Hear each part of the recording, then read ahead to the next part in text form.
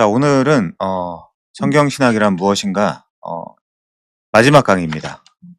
마지막 강의인데 10장부터 보겠습니다. 10장. 10장부터 오늘 이 책을 끝내겠습니다. 이거 얼마 안 남아가지고 오늘 그냥 다 해보도록 하겠습니다. 자, 오늘은 성경신학이란 무엇인가 10장 할 차례입니다. 10장 제목은요, 기다리는 여인을 위한 노래인데, 이 제임스 해밀턴이란 저자께서 지금부터 우리가 볼 내용은 에스겔 창세기 3장, 그리고 시편 2편, 에스겔 12장, 에스겔 16장, 그리고 요한계시록 12장 이 전체를 뭉뚱그려가지고 비유로 해놓은 이야기거든요. 그러니까 사실 우리가 이 최소한의 요 4-5개 정도의 그 내용을 알아야만이 알 수 있는 내용입니다. 이거는. 자, 10장 한번 볼게요. 10장 기다리는 여인을 위한 노래입니다. 그리스도의 신부와 성경신학이라는 건데, 다시 한번 말씀드리면 요 내용은 창세기 2, 3장, 그리고 시편 2편, 에스겔 16장, 그리고 요한계시록 12장의 내용을 알고 있어야 지금 이 저자인 제임스 해밀턴이 드는 비유를 우리가 이해할 수 있다. 한번 제가 읽으면서 한번 좀 설명을 해드릴게요. 예화입니다. 물론 이분이 만들어낸 비유라서 좀 이해가 안 되실 수도 있지만 이걸 우리가 확인하면서 성경을 찾아보겠습니다. 자, 아기 엄마에게 무슨 일이 있었는지 아무도 모른다라고 할 때 여기 아기 엄마도 교회를 비유하는 사람이고요. 그리고 이 여자아이는 피투성이었다. 이 친구도 교회의 두 번째죠. 교회를 비유하는 친구고요. 한 친절한 아버지가 이 아기를 발견했다. 사실은 이건 친아버지는 아니고 하나님 아버지를 비유하는 겁니다. 이 아버지는 아기의 친아버지는 아니었지만 사실상 이 아이에게 생명을 준 이였다. 발견되었을 당시 이 아기는 아직 탯줄도 자르지 않은 상태였고 몸에 묻어 있는 피도 아직 씻지 못한 상태였다. 친아버지가 아닌 이 아버지는 이 아이에게 필요한 모든 것을 제공해 주었고, 입양해서, 여기서 이제 우리가 읽을 수 있는 건 양자의 교를 읽을 수 있겠죠. 입양해서 안전한 환경에서 사랑으로 양육했다. 친아버지가 아니에요. 예를 들면 요한복음 8장 44절에 보면 예수님이 유대인들한테 너희의 아비는 마귀다 이제 이렇게 이야기를 하죠. 그런 것들을 우리가 떠올리면서 이런 비유를 해석을 해야 되겠죠. 물론 제임스 해밀턴이 쓴 비유입니다. 자, 입양해서 안전한 환경에서 사랑으로 양육을 했다. 아버지는 이 여자아이를 자신의 아들과 정월시킬 계획을 세우기 시작했다. 여기 이제 자신의 아들도 사실상 우리가 다이렉트로 예수 그리스도라고 얘기하면 안 됩니다. 왜 그러냐면 이 둘의 결혼을 통해서 낳는 아이를 요한계시록 12장에서 예수로 비유하고 있기 때문에 이거 물론 사람의 비유예요. 사람이 든 비유. 자, 그렇게 생각하시고 읽어주시면 좋겠고요. 그런데 이 아이가 성인이 되자 비극적인 변화가 일어났다. 아이가 자신의 아름다움을 믿고 스스로 살 길을 찾아 나선 것이다. 이 아이는 아주 소중한 것 하나를 팔았다. 이 아이가 가지고 있는 아주 소중한 것, 어떤 면에서 가장 소중한 것, 그게 바로 자기 자신이라는 거죠. 머지않아 그녀는 노예가 되어 아무 희망도 없이 망가져 버렸다. 그러니까 친아버지는 아니지만 어떤 아버지가 이 여자아이, 그러니까 작고 어린 여자아이를 데려다가 탯줄도 잘라주고 피도 씻기고 해가지고 사랑으로 양육했다는 거죠. 필요한 것들 다 챙겨주고. 자, 그러자 그녀를 아기 때 처음 발견했던 그 아버지가, 중요한 단어가 나옵니다. 값을 치르고 그녀를 노예의 신분에서 해방시켜줬다 그러죠. 여기 지금 값을 치렀다라는 표현이 구약에서는 가알입니다. 히브리어로. 헬라어로는 엑사고라조예요. 우리가 이제 계속 이야기하고 있지만 이제 우리 목요일날 구원론 시간에 또 이야기를 해야 되겠죠. 뭔가 그 합당한 값을 지불하고 사는 행위를 이야기합니다. 이걸 영어 단어로 이야기하면 리뎀션이죠. 리딤, 도로 사다라는 동사에서 온 리뎀션 명사. 그러니까 그 아버지가 값을 치르고 그녀를 노예의 신분에서 해방시켰다라고 할 때 우리는 당연히 여기서 복음 메시지를 읽어낼 수 있어야 되겠죠. 자, 그렇게 구해낸 후 아버지는 그 딸을 깨끗하고 정결하게 만들기 위해 할 수 있는 모든 일을 다 했다. 그 다음 아버지는 그녀가 놀랄만한 일을 했는데 그것은 바로 그녀를 자신의 아들과 정혼시킨 것이다. 이들은 결혼을 했고 곧 아기를 가졌다. 태어난 아들은 세상 가운데로 내어놓는 일은 아주 신나면서도 무시무시한 일이었다. 왜 그럴까요? 우리 이제 요한계시록 12장을 알고 있다라고 하면 이게 해석이 되겠죠. 이 아기는 보통 아기가 아니었다. 게다가 용이 이 아기를 삼키려고 했다. 하지만 여차저차해서 이 아기는 살아남았다. 상상해보라. 세상을 장악하고 있는 악당이 그녀의 어린 아들을, 살아있는 아들을 죽이려고 하는 것이다. 소년이 탈출하자 용은 그녀에게 시선을 돌렸다. 그녀도 다행히 살아남았다. 교회가 살아남은 거죠. 축복이 저주를 극복했다. 그녀는 어떻게 용에게 잡히지 아니하고 광야로 피신했을까? 이 광야라는 단어도 중요합니다. 이따 제가 풀게요. 하나님만 아신다. 그리고 오래전에 한번 광야에서 홍수가 나서 모든 것이 없어지는 듯 했으나 땅이 입을 열어 홍수의 물을 모두 삼켰다. 포타모스 얘기죠. 어떻게 이렇게 될 수 있었는지 하나님만 아신다. 한 가지 확실한 것은 이 모든 과정에서 그녀의 적들이 하나님을 막아섰지만 이들의 노력은 항상 좌절되었다는 것이다. 자, 여기까지가 이제 이분이 든 비유인데, 이제 우리가 성경을 찾아볼 텐데 그 전에 조금만 더 보고 이야기할게요. 방금 묘사한 이 사건들을 알아보겠는가? 이 사건들이 에스겔 16장과 요한계시록 12장의 내용처럼 들리지 않는가? 에스겔 16장은 이스라엘을 길거리에서 발견한 핏덩이의 아이로 personified, 의인화한다. 안스로포모르피즘이죠. 의인법. 하나님이 이 아기를 살려주셨지만 이후 이스라엘은 성인이 되자 하나님 앞에 영적인 간음을 저질렀다. 이제 여기까지 이제 보면서 우선 우리가 에스겔 16장 한번 가볼게요. 이 저자가 다시 말씀드리지만 창세기 2, 3장 그리고 시편 2편, 에스겔 16장, 요한계시록 12장 가지고 자기 나름대로 재구성한 비유입니다. 에스겔 16장 한번 가볼게요. 좀 길지만 1절부터 보겠습니다. 여호와의 말씀이 내게 임하여 이르시되 인자야 예루살렘으로 그 가증한 일을 알게 하라. 이제 그 예루살렘은 여기서 이야기하는 이스라엘 사람들이라고 생각하셔도 좋습니다. 이르기를 주 여호와께서 예루살렘에 관하여 이같이 말씀하시되, 자, 예루살렘, 네 근본과 난 땅은 가나안이요 네 아버지는 아모리 사람이요 네 어머니는 헷 사람이라. 네가 난 것을 말하건대 네가 날 때에 네 배꼽줄을 자르지 아니하였고 너를 물로 씻어 정결하게 하지 아니하였고 내게 소금을 뿌리지 아니하였고 너를 강보로 싸지도 아니하였나니 아무도 너를 돌보아 이 중에 한 가지라도 너에게 행하여 너를 불쌍히 여긴 자가 없었으므로 네가 나던 날에 네 몸이 천하게 버려져 네가 들에 버려졌느니라. 누구한테 하는 얘기죠? 예루살렘, 이스라엘한테 하는 이야기입니다. 그러니까 예루살렘이니까 남유다라고 생각해도 되고요. 내가 네 곁으로 지나갈 때 네가 피투성이가 되어 발짓하는 것을 보고 내게 이르기를 너는 피투성이라도 살아있으라. 다시 이르기를 너는 피투성이라도 살아있으라라고 하고 내가 너를 들에 풀같이 많게 하였더니 네가 크게 자라고 심히 아름다우며 유방이 뚜렷하고 내 머리털이 자라났으나 네가 여전히 벌거벗은 알몸이더라. 내가 네 곁으로 지나며 보니 네 때가 사랑을 할 만한 때라. 그러니까 이제 장성한 거죠. 이 작은 어린 아이가 그 아버지로 비유된 하나님의 은혜 때문에 장성을 한 겁니다. 이스라엘이. 보니 네 때가 사랑을 할 만한 때라. 내 옷으로 너를 덮어 벌거벗은 것을 가리고 내게 맹세하고 언약하여 너를 내게 속하게 하였느니라. 나 주 여호와의 말이니라.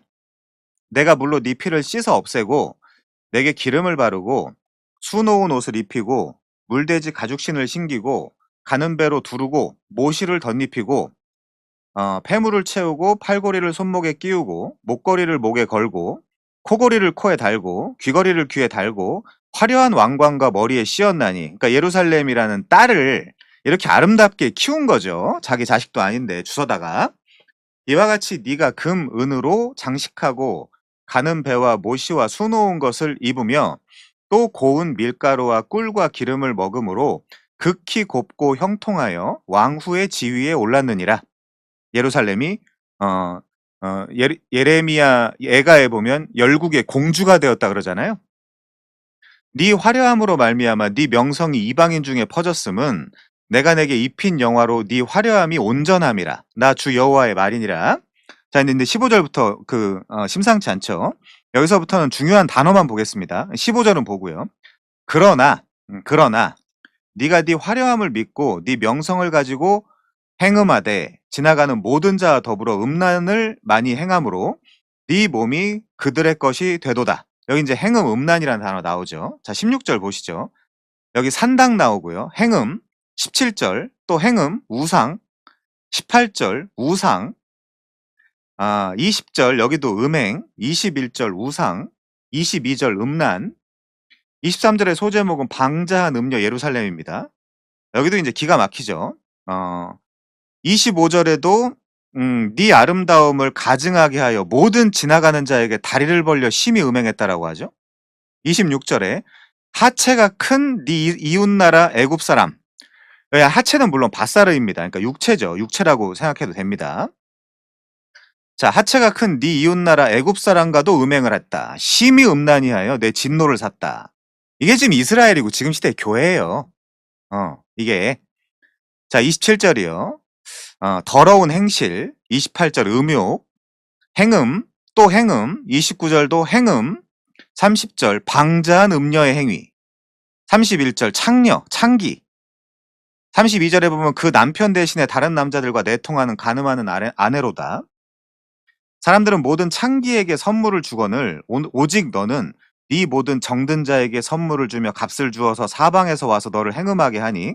우리를 돌아보면 돼요. 지금 나의 상태를 돌아보면 됩니다. 네 음란함이 다른 여인과 같지 아니함은 행음하려고 너를 따르는 자가 없음이며 또 내게 값을 받지 아니하고 도리어 값을 줌이라. 그런즉 다른 여인과 같지 아니하니라. 자, 그러면서 이게 35절에 보면 예루살렘을 벌하시고 44절에 보면 그 어머니의 그 딸이라는 표현이 나오고 53절에 보면 소돔과 사마리아도 회복될 거라고 하면서 59절부터 보시죠. 나 주 여호와가 이같이 말하노라. 네가 맹세를 멸시하여 언약을 배반하였은즉 내가 네 행한 대로 내게 행하리라. 자, 근데 또 그러나가 나오죠. 아까랑 그러나가 좀 이번엔 다른 문맥입니다. 뉘앙스가. 자, 여기서 소제목은 영원한 언약이고요. 베리트 올람. 자, 60절. 그러나 내가 너의 어렸을 때에 너와 세운 언약을 기억하고 짜카르, 베리트 짜카르 기억하고 너와 영원한 언약을 세우리라. 네가 네 형과 아우를 접대할 때 네 행위를 기억하고 부끄러워할 것이라. 내가 그들을 내게 딸로 주려니와 내 언약으로 말미암음이 아니니라. 내가 내게 내 언약을 세워 내가 여호와인 줄을 네가 알게 하리니. 자, 63절. 그러니까 너에게 근거나 어떤 조건이나 행위 이런 걸 아무것도 걸어놓지 않고 하나님이 온전히 하시겠다는 얘기예요. 63절은. 이는 네가 네 모든 행한 일을 용서한 후에, 그러니까 내가 네가 모든 행한 일을 용서한 후에 네가 기억하고 놀라고 부끄러워서 이 일에 대하여 다시는 입을 열지 못하게 하려 함이니라. 주 여호와의 말씀이니라. 이제 요게 지금 에스겔 16장의 내용입니다. 자, 이번에는 요한계시록 12장 한번 가볼게요. 요한계시록 12장. 요 두 개를 묶어 놓은 건데 저자가.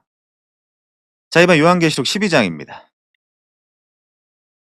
하늘에 큰 이적을 보이니 해를 옷 입은 한 여자가 있는데 그 발 아래에는 달이 있고 머리에는 12별의 관을 썼더라. 이거 창세기 37장 9절, 아가서 6장 10절, 이사 60장 19절부터 20절에 보면 교회를 나타내고 상징하는 어법이거든요. 결국에는 해, 달, 별로 상징되는 이스라엘 그 자손들이, 형제들이 혹은 요셉한테 절하는 내용이잖아요. 요셉이 사실은 애굽에서 구원자로 등장하는 그런 내용이고요. 자, 그 여자 아이가 아이를 베어 해산하게 되매 여자가 아이를 베어 해산하게 되매 아파서 애를 쓰며 부르짖더라. 요 여자가 아이를 벤다라는 건 우리가 이사야에 계속 보지만 해산할 때가 이르렀다, 해산할 때가 이르렀다 해서 계속 어떤 임신과 출산으로 이 교회의 상태를 설명을 해주고 있거든요. 우리가 지금 오늘 그 주제가 아니기 때문에 다 확인해 볼 수는 없는데 물론 전에 다 봤습니다. 어, 그렇고요. 하늘에 또 다른 이적이 보이니 보라, 한 큰 붉은 용이 있어.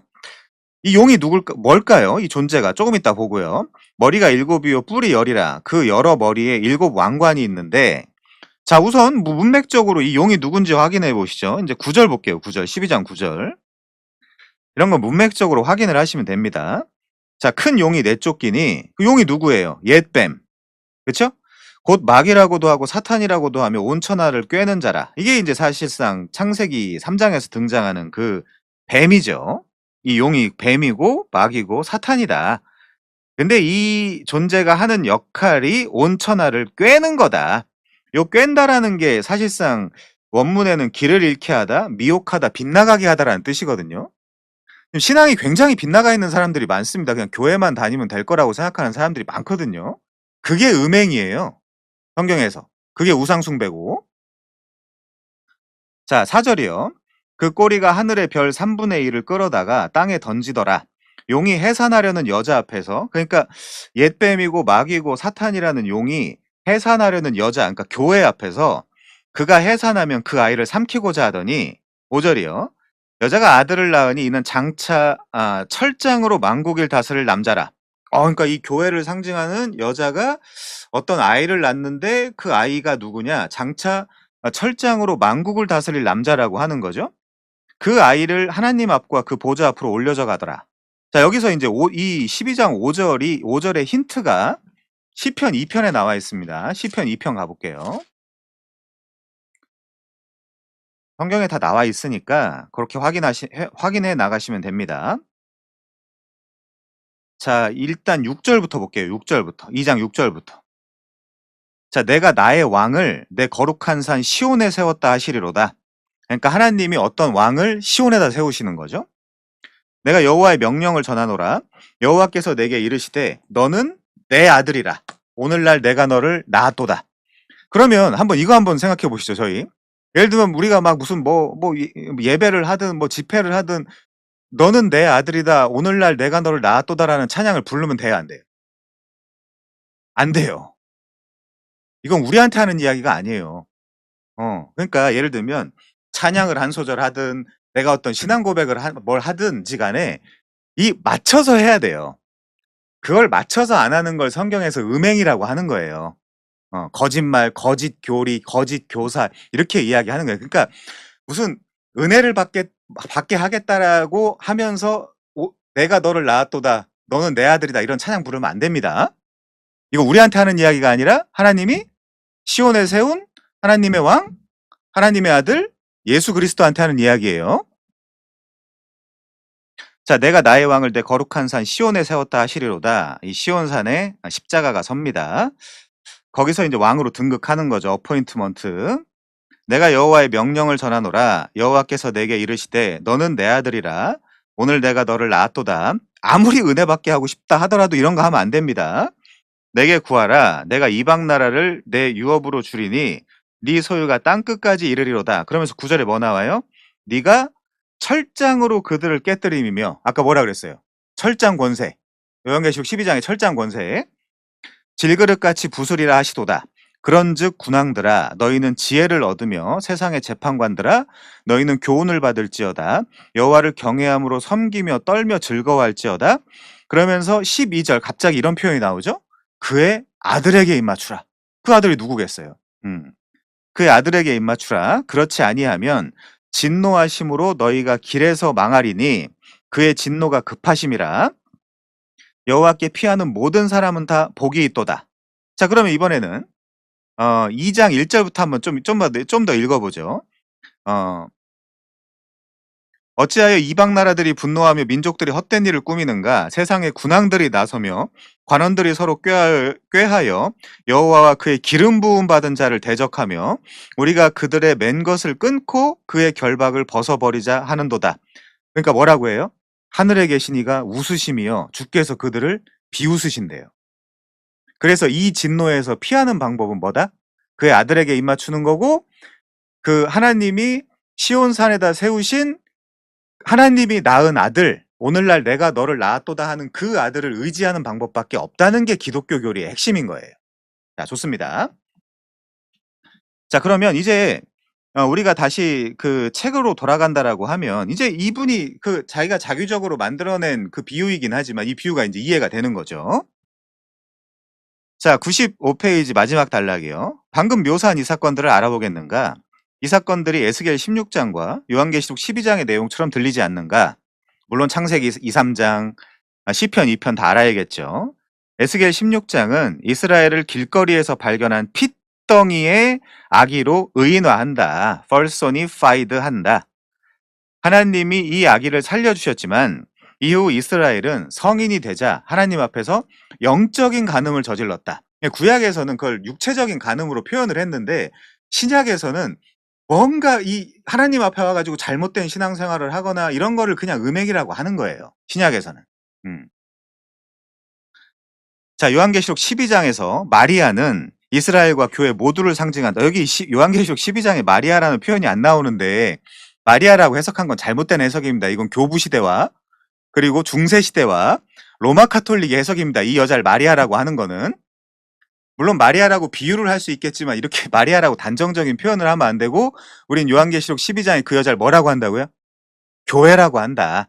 구약과 그 신구약 중간기에 있었던 구약 교회, 신구약 중간기에서 계속해서 메시아를 출생하고 싶어 하는 그 교회, 그래서 그 고통당하고 있는 교회. 그런 면에서 이 마리아가 예를 들면 그 구약의 마라이거든요. 마라에서 마리아가 온 거기 때문에 마라라는 뜻이 뭐죠? 쓴물이거든요. 쓴물, 쓰다. 내 인생이 쓰다. 그래가지고 사실 그 우리 십자가 아래에 보면 마리아라는 여자들밖에 없더라. 이제 사실은 그 복음서에 그렇게 기록이 되어 있거든요. 일부러 마리아들을 배치해 놓은 거예요. 무슨 마리아, 무슨 마리아, 무슨 마리아 이런 식으로. 다 마라들이죠. 쓴물을 상징하는. 자, 그렇게 마리아는 예수님을 낳았는데, 그러니까 교회가 예수님을 낳았다라고 표현하는 게 정확합니다. 마리아는 오해의 소지가 있어요. 좋지 않은 표현입니다. 이거는. 물론 제임스 해밀턴이 모를 거라고 생각하진 않습니다. 이분이 로마 카톨릭은 아니기 때문에. 자, 마리아는 예수님을 낳았는데 태어나자마자 용이 아기를 산채로 삼키려고 한다. 이 용은 아까 누구였죠? 요한계시록 12장 9절에 큰 용, 옛뱀, 곧 마귀라고도 하고 사탄이라고도 하는.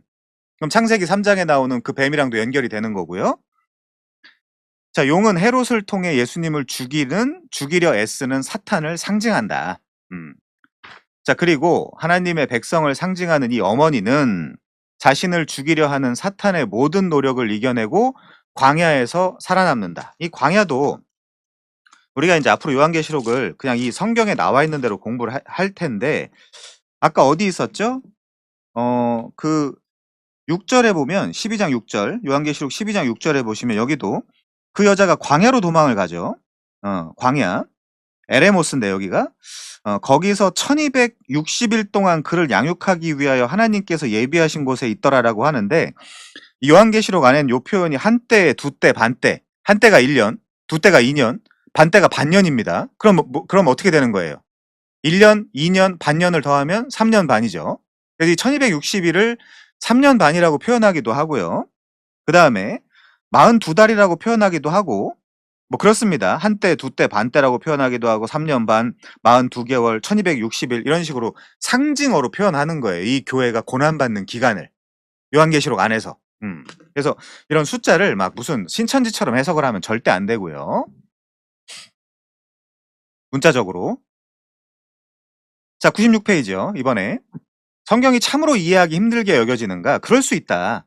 세상과 우리 삶의 사건들도 그 정도로 혼란스럽다. 이게 뭐가 옳은 거지? 내가 어떻게 살아야 되는 거지? 막 이렇게 다, 누구나 다 지금 혼란을 느끼면서 살고 있거든요. 누구나. 자, 우리는, 아기들이 아니라 아기겠죠. 아기를 잡아먹으려는 용들과 독수리의 날개를 타고 다니는 여인, 그리고 어린 양의 결혼에 대해서 어떻게 생각해야 하는가? 어린 양이 결혼을 한다니 말이다. 이 어린 양이 결혼하는 대상이 누굽니까? 그게 교회예요. 요한계시록 안에서 보면.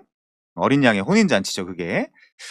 자, 그래서 이 모든 질문들과 연관된 가장 중요한 질문 하나는 이것이다. 그게 뭐냐? 자, 이거죠.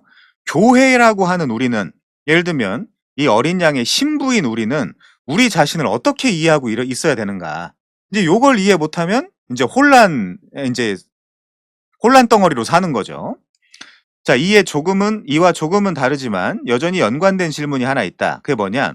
하나님의 계획에서 교회가 그토록 특별한 위치에 있음에도 그렇잖아요. 하나님이 사랑해서 자기 아들을 독생자를 보내주셔가지고 고난당하게 하시고 십자가에 못 박히게 하시고 나중에 또 그 아들과 함께 그 결혼식장에서 주인공으로 등장하게 될 존재가 바로 교회인데 왜 이렇게 허전하냐 이거예요. 이 세상 속에서.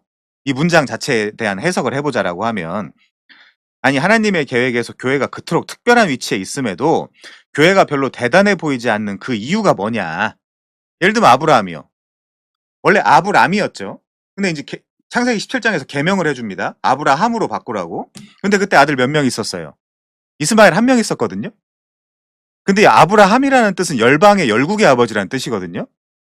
그러니까 이거예요. 교회라는 이름은 되게 대단한데 혹은 아브라함이라는 사람은 되게 성경이나 아니면 하나님 관점에서 보면 되게 대단해 보일지 모르는데 애는 없는 그런 이제 상태로 우리가 설명할 수 있는 거죠. 자, 이번 장의 핵심이 무엇인지 궁금하다면 여기서 말하겠다. 이번 장의 핵심은 성경 이야기와 상징은 교회로서의 우리가 어떤 자들이며 우리가 누구며 이 정체성이죠. 그 다음에 어떤 상황 속에 있는지 그리고 다시 오실 우리의 왕 되신 주님을 기다리며 내가 어떻게 살아야 되냐. 내가 도대체 어떻게 살아야 되냐. 를 이해할 수 있게 해준다. 이제 요걸 모르니까 이제 막 떠돌아다니는 거죠. 자, 우리는 1부에서 성경 이야기 줄거리를 살펴봤고요. 2부에서는 성경의 상징, 즉 비유와 모형론과 이야기 패턴이 이 줄거리를 어떻게 요약하고 해석해 주는지를 봤고요. 자, 이번 이제 3부인데 오늘 다 끝나겠습니다. 오늘 못해도 다 그냥 오늘 집어치울 거예요. 이제는 이 요소들이 어떻게 교회에 대한 올바른 이해 형성에 도움을 주는지 살펴보려고 한다. 그러니까 이거예요. 다시 말하지만 교회가 누구냐, 그리고 교회가 어떤 상황에 있느냐, 그리고 교회는 어떻게 살아야 되느냐, 이제 요거에 대한 내용을 한번 이야기해 본다라는 거죠. 자, 밑에 두 번째 줄이요. 이 교회에 대한 성경 신학에서 교회 위치에 대해서 생각해 보는 것이 도움이 될 거다. 성경 이야기에서 교회는 어떤 역할을 하며 교회는 누구이며 교회의 배경은 무엇인가. 자, 97페이지요. 교회의 배역에서 갈등을 일으키는 요인은 무엇인가. 이 갈등은 어떻게 해결되는가. 이제 이런 것들. 자, 성경 저자들이 교회를 상징적으로 표현하는 방식을 보면 성경 이야기에서 교회가 차지하는 위치가 상징들을 통해 해석되고 요약되고 있음을 알 수 있다. 우리의 목표는 이 이야기와 상징을 그저 잘 이해하는 데서 그치는 것이 아니라 우리는 이야기에 휩쓸려 가야 된다. 이 이야기가 이제 내 이야기가 돼야 된다는 얘기죠. 자, 이 상징들이 우리의 정체성을 결정하도록 해야 된다. 성경은 상징으로 교회를 설명하고 있기 때문에. 그래서 성경 신학은 그저 흥미만을 위한 주제가 아니다. 여기 중요하죠. 이제 우리가 이 책을 내내 배우면서 나온 정의가 또 나옵니다. 성경 신학은 우리가 누구이고 어떻게 살아야 하는지를 알려준다. 성경 신학은 우리를 거짓 세상으로부터 나오게 하여 성경 이야기 속에 들어가 살게 해주는 운반장치와 같다. 성경이야말로 진정한 우주 여행 안내서이며 우리를 진짜 세상으로 이동시켜주는 신비의 통로와 같다.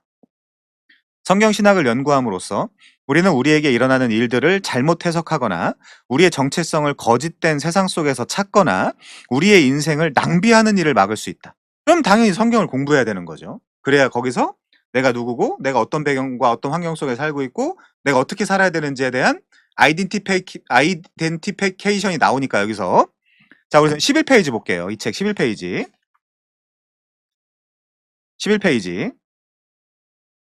자, 밑에서 한 8번째 줄이요. 성경 신학을 공부한다라는 것은 곧 성경 이야기 전체에 대해 생각하는 것을 의미한다. 성경의 가르침이 어떻게 유기적으로 발전했는지 이해함으로써 유기적, 유기라는 단어 우리 되게 중요하다라고 했죠? 성경 이야기 전체를 알게 되고 이게 유기입니다. 그 빛 아래에서 특정 부분의 이야기를 해석하는 것이다. 한 알의 도토리가 자라 느티나무가 되듯이 창세기 3장 15절이 자라. 이 프로토 가스펠. 원시 복음이 자라서 예수 그리스도의 복음이 된다라는 것이다. 자, 12페이지도 볼게요. 오늘 이제 마지막 시간이니까요. 12페이지 제일 위 저자들이, 그러니까 성경 저자들, 성경 기자들이 당연히 받아들이는 이야기가 무엇인지, 그들의 이야기 속의 사건들이 어떻게 연결되는지, 그리고 어떻게 이야기의 앞부분에 비추어서 뒷부분을 해석하는지를 알아야 된다. 성경 이야기에는 흐름이 있는데 이게 육이죠. 이 흐름은 창조에서 시작해서 이제껏 있어 왔고 또 앞으로 있을 모든 사물과 사건들이 펼쳐지다가 마지막 만물의 마지막에 도달하게 된다. 중요한 얘기고요. 자, 13페이지. 성경 신학이란 성경 저자들의 해석적 관점을 가리키는 말이다. 이거 모르면 안 되겠죠. 자, 그 다음에 17페이지 가보겠습니다. 중간쯤이요. 우리의 목표는 성경의 글 속에서 성경 저자의 생각과 전제들이 어떤 모양으로 서로 연결되어 있는지를 살펴보는 것이다. 이야기, 상징, 그리고 교회에 대해 각각의 저자들이 어떤 전제들을 가지고 있는지 파악할 수 있다면 저자들이 이 세상을 바라본 모습을 따라서 우리도 어느 정도 볼 수 있을 것이다. 성경 저자들의 관점으로 세상을 바라보는 것, 이것이 바로 이 세상의 진정한 모습을 보는 것이다. 자, 18페이지요. 중요한 것은 성경 구속사 그리고 우리에게 일어난 일들을 성경 저자들이 했던 방식을 따라 해석하는 법을 익히는 것이다. 그거 익히지 못하면요. 혼란이죠. 그다음부터 혼란입니다. 외로움. 어제 저희가 이제 그런 이야기도 했었는데 고독, 외로움, 혼란. 자, 비록 절대적 확실성에 도달할 수 없다 하더라도 노력을 해야 된다는 거예요. 정확하게 이해하도록. 자, 성경 자체가 성경을 어떻게 읽어야 하는지를 가르쳐 준다. 지금도 우리가 봤잖아요. 요한계시록 12장에 나오는 철장을 가지고 만국을 다스릴 남자가 누구냐? 그 신천지 이만희냐? 아니다. 시편 2편에 보니까 하나님이 시온에서 왕을 세운, 그리고 내가 오늘날 너를 낳았다라고 하는 예수 그리스도를 이야기하는 것이다라고 우리가 확인할 수 있잖아요. 자, 성경 신학을 공부한다라는 것은 성경으로부터 성경 읽는 법을 배울 수 있는 최선의 방법이다. 성경을 공부하는 것이 성경 신학을 배울 수 있는 최상의 방법이다. 자, 다음 단락이요. 다다음 단락. 성경 저자들은 공통된 해석적 관점을 사용했다. 자, 그다음 페이지요. 19페이지. 성경 읽는 법을 배운다라는 것은 성경 저자들의 관점으로 성경의 세계를 이해하는 것을 말한다. 목사의 세계관, 목사가 가르쳐 주는 것이 아니라 성경 저자들이 성경을 어떻게 보고 있느냐 배우는 게 더 중요합니다. 자, 20페이지요. 두 번째, 나는 여러분이 욕심을 부리면 좋겠다. 성경에 대한 욕심뿐 아니라 성경 저자들이 가진 생각의 틀과 사고의 체계를 파악하는 방법을 배우려는 욕심도 가지면 좋겠다. 그게 성경 신학이고요. 자, 이제 21페이지요. 성경 신학은 성경 기자들이 살고 있는 성경 속의 세상으로 넘어가는 다리다. 내 소망은 여러분이 이 다리를 건너 그 세상으로 들어가 다시 되돌아오지 않는 것이다. 자, 네 번째 줄 밑에요. 성경의 상징과 패턴들이 여러분이 세상을 보는 관점을 형성하게 되기를 기도한다. 자, 마지막이요. 117페이지. 오늘 마지막 시간이니까 이 책에 있는 내용을 한번 쭉 볼게요. 116페이지 보겠습니다. 성경신학은 에필로그죠? 성경신학은 이 세상에서 나와서 다른 세상으로 들어가는 방법이다. 이것을 달이라고 칭할 수도 있고 로켓이라고 부를 수도 있겠다. 요지는 성경신학이 우리의 정신과 마음을 새 속에서 나오게 해서 성경의 상징적 우주로 들어가도록 한다라는 것이다. 이제 이런 것들이요. 이런 것들을 우리가 충분히 알아서 내 나름대로 성경을 읽으면서 해석할 수 있으면 우리가 그렇게 무서워하는 교조주의에 빠지지 않겠죠. 무조건 교리로만 성경보다 교리가 앞서는. 우리 세원약 때 장님 확인해 봤잖아요. 이거는 구약의 한계 때문에 요 표현은 요 내용은 받아들일 수가 없다. 그게 교조주의예요. 말하자면 그런 것들이. 자, 다음 단락 보겠습니다. 97페이지요. 세상의 진짜 이야기 속에서 교회의 위치를 이해하는 것은 마치 엄청난 드라마 속의 등장인물이 되는 것과 같다. 우리가 나중에 주인공이 된다니까요. 그리스도 옆에서 그리스도의 신부가 돼서 결혼식장에 들어가게 되는. 자, 근데 더 중요한 사실은 이 드라마가 현실이라는 것이다. 누구한테 현실일까요? 실제 예수를 믿고 지금 신앙생활을 하고 있는 사람들한테 현실이겠죠. 그렇지만 그렇지 않은 사람들한테는 가짜겠죠. 그냥 취미 생활이거나 이제 그렇겠죠. 자, 이 세상의 진짜 이야기는 이제껏 우리가 알아왔던 다른 어떤 이야기보다 더 큰 슬픔과 기쁨, 더 극적이고 흥미진진한 일들을 담고 있으며 우리에게 더 큰 희망과 만족감을 주게 된다라는 것이죠. 자, 다음 단락입니다. 그녀에게서 태어난 핏덩이는 씻김 받았다. 누구한테 씻김 받았죠? 하나님한테 씻김 받았죠. 다른 아버지한테. 망가진 여인은 새롭게 되었다. 창녀는 순결한 신부로 변했다. 그녀의 약혼자가 그녀를 구하기 위해서 죽었기 때문이다. 이 비밀이 크도다. 나는 그리스도와 교회에 대해서 말한다고 하죠. 사도 바울이 복음을 전하고 다니는 이야기를 뭐라고 하냐면요. 우리 한번 확인해 볼까요? 고린도후서 11장 2절 가시면 사도 바울이 이런 표현을 합니다. 고린도후서 11장 2절 보시면 내가 하나님의 열심으로 너희를 위하여 열심을 내노니 내가 너희를 정결한 처녀로, 창녀나 음행하는 여자나 우상 숭배하는 여자 이런 게 아니라 정결한 처녀로 한 남편인 그리스도께 드리려고 중매함이로다. 그러나 나는, 여기 이제 뱀 보세요. 뱀이 그 관계로 하와를 미혹한 것 같이 너희 마음이 그리스도를 떠나 진실함과 깨끗함에서 떠나 부패할까 두려워한다. 뱀이 뭐 하는 존재라 그랬어요, 아까? 미끄러지게 하다, 속이다, 사기치다, 거짓말하다, 참소하다. 뭐 이제 이런 역할을 하는 거거든요. 자, 그다음 보시죠. 만일 누가 가서 우리가 전파하지 아니한 다른 예수를 전파하거나, 여기 중요한 말 표현 나오죠. 다른 예수, 다른 영, 다른 복음. 혹은 너희가 받지 아니한 다른 영을 받게 하거나, 혹은 너희가 받지 아니한 다른 복음을 받게 할 때에는 너희가 잘 용납하는구나. 이런 것들은 아주 잘 들어오는 거예요. 사람들한테.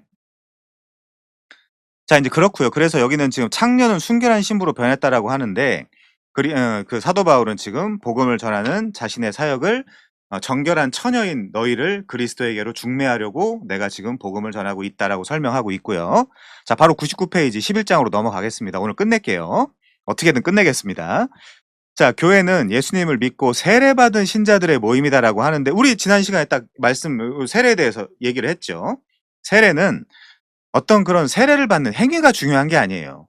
세례에 담겨 있는 의미. 음. 물에 들어가서 씻고 죽고 물에서 나와서 부활하는 그 의미가 중요한 거지. 이 예식, 예를 들면 세레모니, 퍼포먼스 이건 중요하지 않아요. 성찬도 마찬가지예요. 맨날 그 빵 떼서 먹고 포도주 마시고. 자, 교회는 예수님을 믿고 세례받은 신자들의 모임이다. 세례는 여기서 우리가 이제 골로새서 2장 6절 이하에서 확인해 봤다시피 죽음을 상징하는 거고요. 세례는 씻김과 죽음. 자, 교회는 사람들의 모임이다. 믿음을 가진 자들이 유일한 주인 되시는 예수님 안에서, 여기 잘 보세요. 한 소망, 그리고 한 믿음, 같은 세례, 한 성령, 한 분 하나님을 예배하는 그런 사람들의 모임이다. 그래서 제가 구원이란 무엇인가 때 말씀드렸죠. 호몰로기아. 우리 아워 컴패션, 같은 신앙 고백하는 사람들이 교회지, 뭐 무슨 우리랑 다른데 이제 그건 교회가 아니에요. 말이 안 되고요. 한 소망, 한 믿음, 같은 세례, 한 성령, 한 분 하나님입니다. 자, 구약 성경이 하나님의 백성에 대해서 은유적으로 말했던 것처럼 예수님과 사도들도 교회에 대해서 은유적으로 말씀하신다. 은유법은 대상을 있는 그대로 나타내지 않고 다른 사물과 연관지어 혹은 다른 사물을 통해서 더 설명을 잘 하고자 하는 문학 기법이죠. 자, 은유법의 요점은 은유로 쓰이는 사물의 특성을 잘 담아낸다. 예를 들어 여호와는 나의 반석이다라고 할 때 하나님은 돌이다라는 얘기가 아니잖아요. 이 말은 하나님이 바위라는 말이 아니라 하나님은 견고하시며 변하지 않으시며 확고하시고 믿을 만한 분이라는 뜻이다. 자, 제가 이제 몇 가지만 좀 읽어드릴게요. 존 프레임이 예시를 들은 건데 한번 그냥 편하게 들으시면 됩니다.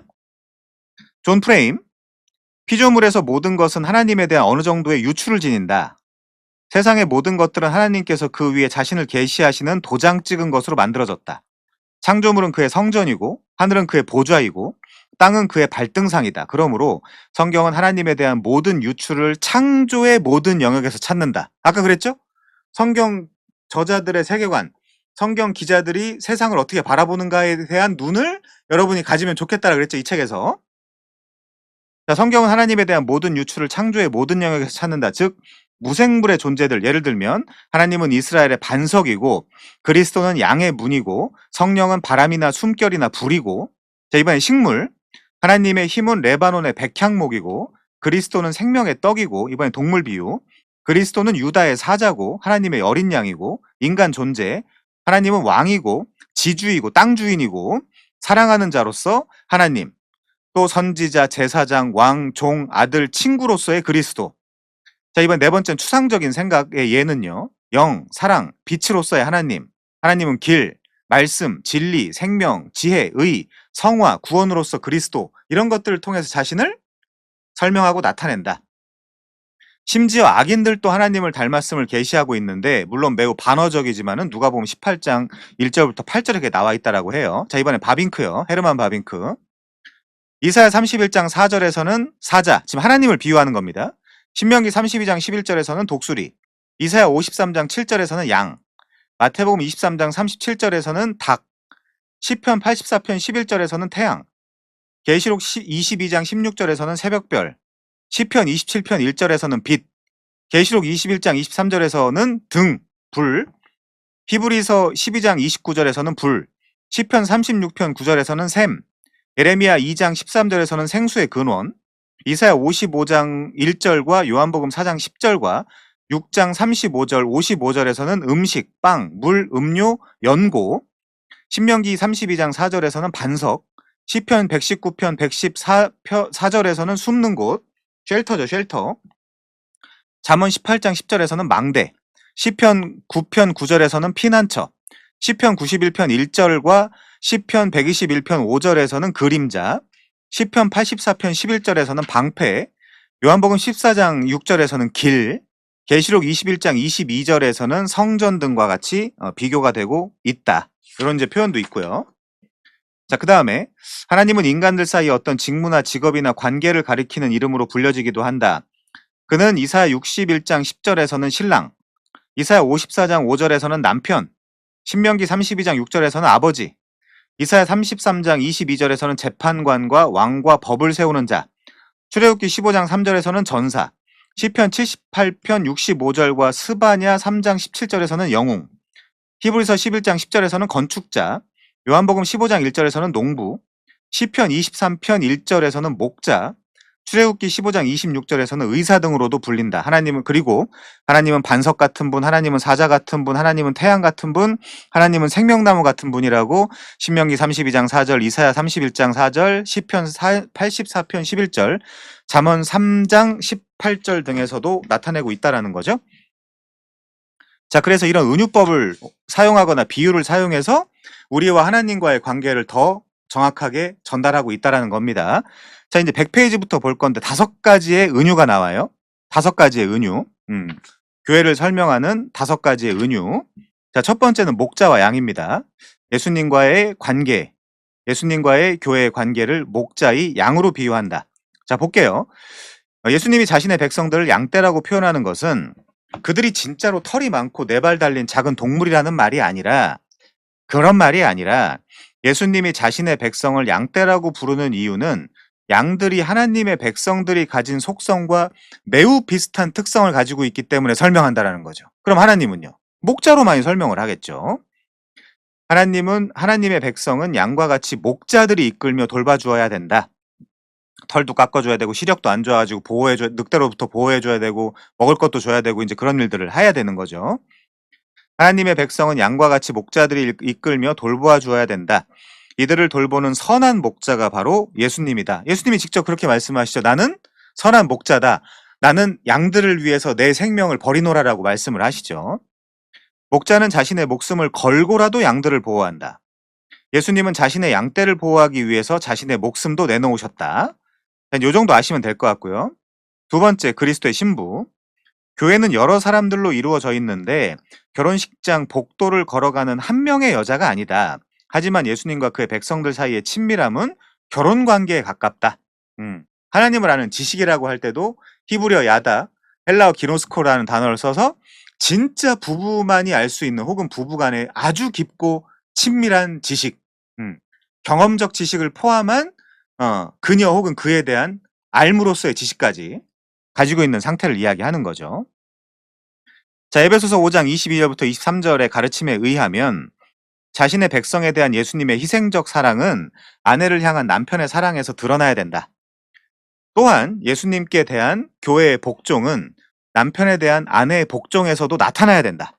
이거 이제 맞습니다. 이게 진짜 제대로 신앙생활 하고 있다는 증거 중에 하나죠. 그래서 에베소서 5장 33절에 보면 이런 표현도 있죠. 실제 지금 내가 32절부터 보겠습니다. 이 비밀이 크도다. 그러니까 남자는 그러니까 아내를 위해서 목숨을 바치고 아내는 그 남편에게 복종해라 이렇게 말하는데 32절에 이 비밀이 크도다. 미스테리온이죠. 미스테리. 나는 그리스도와 이 교회에 대해서 말하노라라고 한 다음에 33절에 그러나 나는 그리스도와 교회에 대해서 말한 거긴 하지만 비유로 말한 거긴 하지만 그러나 결혼한 너희도 각각 자기 아내 사랑하기를 자신같이 하고 아내도 자기 남편을 존경하라고 이야기가 끝나고 있죠. 아무튼요. 그래서 예수님의 백성이 된 순간부터 최종적 구원 단계에 이르기까지의 기다림은 마치 약혼식 때부터 성대한 결혼잔치 때까지의 기다림과 같다라는 거죠. 지금 우리가 기다리는 게 정결한 처녀로서 '예수님의 아내가 돼야지.'라는 마음으로 지금 그 결혼식을 기다리고 있는 상태라는 거죠. 자, 다음 절에 보면요. 예수님은 자신을 신랑이라고 말씀하셨다. 다가올 자신의 왕국을 혼인잔치에 비유하셨다. 바울은 결혼의 비밀이 그리스도와 교회에 대한 것이라고 말한다. 그러니까 이게 이 가치관이 이 결혼을 한 부부 관계에서도 구현돼야 돼요. 가정에서. 그냥 그 막 동떨어진 개념이 아니라 그러니까 이론적으로 그런 거지. 인제 그런 것이 아니라 그 가치관이 가정에서 구현돼야 된다라는 얘기고요. 자, 그다음에 성도는 순결한 처녀로 묘사되며 예수님이 자신의 백성들에게 돌아오실 때 허다한 무리가 이렇게 선포한다. 어린 양의 혼인 기약이 이르렀고 그의 아내가 예비되었다. 예비되었다. 그게 교회죠. 자, 교회를 신부로 표현하는 이 비유가 우리의 정체성을 형성해야 된다. 우리는 우리 자신을 신부로 여겨야 한다. 우리 주 예수님을 두고 영적인 간음을 저질러서는 안 된다. 이거 우상 숭배와 아까 말한 음행, 간음, 음란 뭐 이런 거예요. 그게 결국 요한계시록에 가면 말씀에 대한 거짓말 뭐 이제 이런 것들입니다. 나중에 심판받을 근거가 되는 거죠. 그런 것들이. 자, 우리는 신부가 신랑을 위해 자신의 마음을 지키듯 신랑 대신 예수님을 위해 우리의 마음을 잘 지켜야 된다. 물론 지키게 되어 있죠. 성령을 통해서. 자, 세 번째요. 교회를 그리스도의 몸이라고 표현하기도 하죠. 바울은 결혼이 그리스도와 교회의 관계를 나타내는 말하기 전에 창세기 2장 24절을 인용해서 남자와 여자가 결혼으로 한 몸 되었다는 사실을 강조한다. 그게 에하드 바사르입니다. 한 몸, 에하드 하나, 바사르 육체, 한 몸. 자, 이 구절을 인용하기 바로 전에 그는 우리가 그 몸의 지체라고 말하며 그 몸의 지체가 그럼 그게 누구겠어요? 머리가 예수님이시고 지체가 교회인 거죠. 그보다 더 앞서서는 그리스도가 자신의 몸인 교회의 머리가 된다라고 이야기한다. 이렇게 해요. 그래서 남자의 옆구리를 통해서 여자가 탄생하게 되죠. 창세기 2장 24절 이하에 보면 그 앞뒤 문맥에 보면 이는 결혼한 남자와 여자가 한 몸으로 연합을 이루는 것과 이게 이제 그 바울 신학의 아주 핵심이라고 이야기하는 유니온 크라이스트입니다. 그리스도와의 연합, 유니온 윗 크라이스트 사상, 그리스도와 연합 사상을 이야기하는 겁니다. 그리스도와 연합이 됐다라고 하면 예수님은 머리고 우리는 그의 몸이 되는 거예요. 자연스럽게 지체. 그러면서 뭐라고 이야기하냐? 그 몸의 지체 중에 연약한 부분을 더 귀히 여겨라. 뭐 발가락 같은 거 뭐 잘 쓸모 없어 보일지 모르지만 그런 애들 잘 챙겨주고 더 잘 보살피고 그렇게 해라라는 게 이제 사도 바울의 명령인 거죠. 자, 이것들은 성도들이 경험하는 그리스도와 연합 사이에 연관성이 있음을 암시한다. 자, 바울이 신부와 신랑의 비유와 에베소서 5장에 나오는 머리와 몸의 비유를 모두 사용했다라는 사실은 이 비유가 서로를 해석해 준다는 것을 의미한다. 서로를 해석해 준다. 머리와 몸의 비유는 교회가 복종하며 따르는 그리스도의 지도력을 강조하고 머리는 몸이 할 일을 결정하면서 몸을 지휘하고 몸은 머리가 결정한 일에 대해서 따른다라는 거죠. 그럼 우리는 누굴 순종하는 거죠? 예수님에 대해서 순종하니까. 예수님의 말씀에 순종하니까 우리는 그 몸의 지체인 거고 예수님은 우리의 머리인 거고 그렇지만 우리 한 몸인 거고 한 목표와 한 방향성을 가지고 나아가는 거죠. 그래서 몸의 비유는 또한 교회의 하나됨을 이야기해 준다. 교회는 에베소서도 그렇고 골로새서도 그렇고 결국 교회의 하나됨에 대한 서신이죠. 통일성. 교회는 그리스도의 죽음을 통해 하나님과 화목하게 된 하나의 몸입니다. 하나의 몸. 아까도 우리가 봤죠. 한 소망, 한 믿음, 한 세례, 한 성령, 한 분 하나님. 내가 믿는 하나님이랑 다르네. 그렇지만 우린 형제야. 이거 말이 안 됩니다.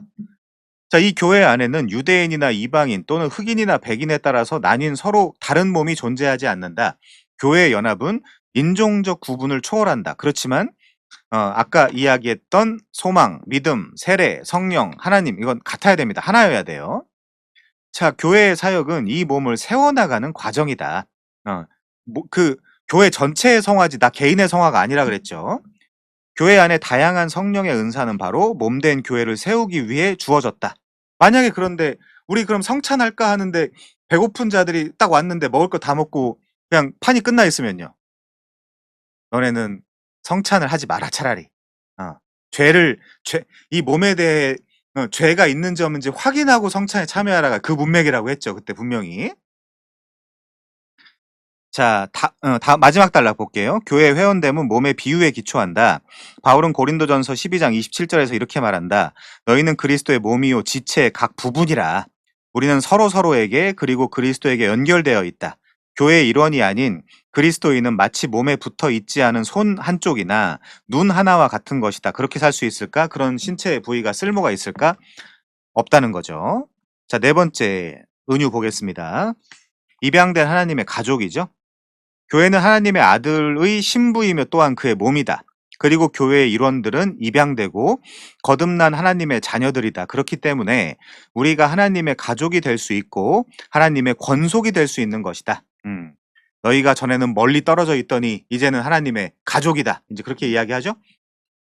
자, 여기 중요한 내용 없고 다 아시는 거니까 다음 페이지 보겠습니다. 만일 당신이 자신의 죄를 회개하고 예수님을 믿는다면, 자, 이 부분 표현 주의하시고요. 당신은 하나님의 가족의 일원이 될 수 있다. 내가 한다라기보다 우리가 그 누가복음 15장 봤죠. 찾도록 찾으시는 하나님의 사역을 통해서 찾아진 사람의 반응이 회개라 그랬죠. 자, 다섯 번째입니다. 성령이 거하시는 성전. 예수님은 내 교회를 세우리라라고 말씀을 하셨다. 예수님 자신이 이 교회의 모퉁이 돌이 되시며 이 교회를 사도들과 선지자들의 터 위에 세우신다. 여기 사도들과 선지자라는 이디엄은 신약과 구약이라 그랬죠. 성경 위에 말씀 위에 세운다라는 뜻입니다. 이건 사도들과 선지자라는 거는 구약과 신약이라는 그 말씀의 터 위에 세운다라는 뜻이고요. 자, 모든 교회는 서로 연결되어 주 안에서 거룩한 성전이 되어 간다. 교회의 지체들은 산돌같이 신령한 집으로 세워지고 또한 하나님께 신령한 제사를 드리는 거룩한 제사장이기도 하다. 목사만 제사장이에요? 우리가 이제 계속 공부해봤지만 아니죠. 우리 모두가 왕 같은 제사장이라 그랬죠. 거룩한 백성, 그의 소유가 된 백성, 왕 같은 제사장. 우리 삶은 황량하고 아무도 살지 않으며 그 누구의 발길도 닿지 않는 폐허지가 아니라 우리의 삶 속에는 살아계신 하나님이 거하신다. 어디 거하신다고요? 지금 성전이 있습니까? 건물 성전이? 없죠? 우리가 바로 성전입니다. 주의 영이 성령이 거하시는 곳이 바로 성전입니다. 우리는 성령이 거하시는 하나님의 성전이다. 하나님은 우리의 찬송 중에 거하신다라고 하네요. 자, 바로 12장으로 넘어가겠습니다. 성경 이야기에 나타난 교회의 배경. 자, 성경의 배경은 모든 세상이다. 우리 아까 배웠죠? 세상을 성경 저자들이 어떻게 해석하는가? 바위를 볼 때 어떻게 보고, 그늘을 볼 때 어떻게 보고, 이제 이런 것들. 얘네들은 그 생각을 가지고, 성경을 써 내려가는 거죠. 하나님이 에덴 동산에서 아담을 만드셨을 때, 아담은 물이 바다 덮음같이, 이거 우리 배웠죠? 기억나시나요? 물이 바다 덮음같이? 바다라는 건 성경에서 죄와 저주와 심판을 상징하는 곳으로 상징되고 있고요. 여기서의 문맥 속에서 물은 생명을 살리는 걸 상징하고 있죠. 자, 물이 바다 덮음같이 하나님의 영광이 모든 땅 위를 덮도록 이 땅의 경계를 확장할 책임을 갖고 있었다. 누가요? 아담이. 아담이 무슨 역할을 한다 그랬죠? 에덴 동산에서 기억나십니까? 첫 번째 왕, 그리고 제사장, 그 선지자 역할을 했다라 그랬죠? 왕과 제사장과 선지자 역할을 아담이 그 에덴 동산에서 해야 할 책임을 갖고 있었어요. 다스리는 것은 왕의 역할. 그리고 하나님께 말씀을 받아서 아내와 그 가정에게 전할 역할은 선지자의 역할. 그리고 거기 경작하다라고 번역이 되어 있지만 경작 이제 농사라고 우리가 이제 읽으니까 이제 경작이라고 되어 있지만 그 아바드라는 단어는 섬기다라는 뜻이에요. 섬기다. 섬기는 거는 제사장. 이제 이런 역할을 갖고 있었습니다. 그 왕, 제사장, 선지자 요거를 훗날에 나중에 칼빈이 예수 그리스도가 한 번에 하실 그리스도의 삼중직이라고 하는 거거든요. 메시아는 히브리어, 크리스토스, 헬라어. 메시아랑 크리스토스는 기름 부음 받은 자라고 했죠. 자, 그래서 그 왕과 제사장과 선지자 역할을 아담이 했어야 하는데 실패했어요. 두 군데가 있지만 한 군데만 보겠습니다. 로마서 5장. 로마서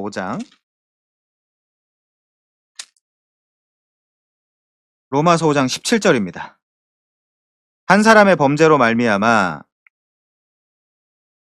사망이 그 한 사람을 통하여 왕노릇하였은즉 더욱 은혜와 의의 선물을 넘치게 받는 자들은 한 분 예수 그리스도를 통하여 생명 안에서 왕노릇하리로다. 첫 번째 한 사람이 누구죠? 아담이죠. 18절. 그런즉 한 범죄로 많은 사람이 정죄에 이른 것 같이 이건 이제 아담의 범죄고요. 한 의로운 행위로 말미암아 많은 사람이 의롭다 하심을 받아 생명에 이르렀느니라. 여기 한 의로운 행위는 예수 그리스도의 십자가 행위를 이야기하는 거겠죠?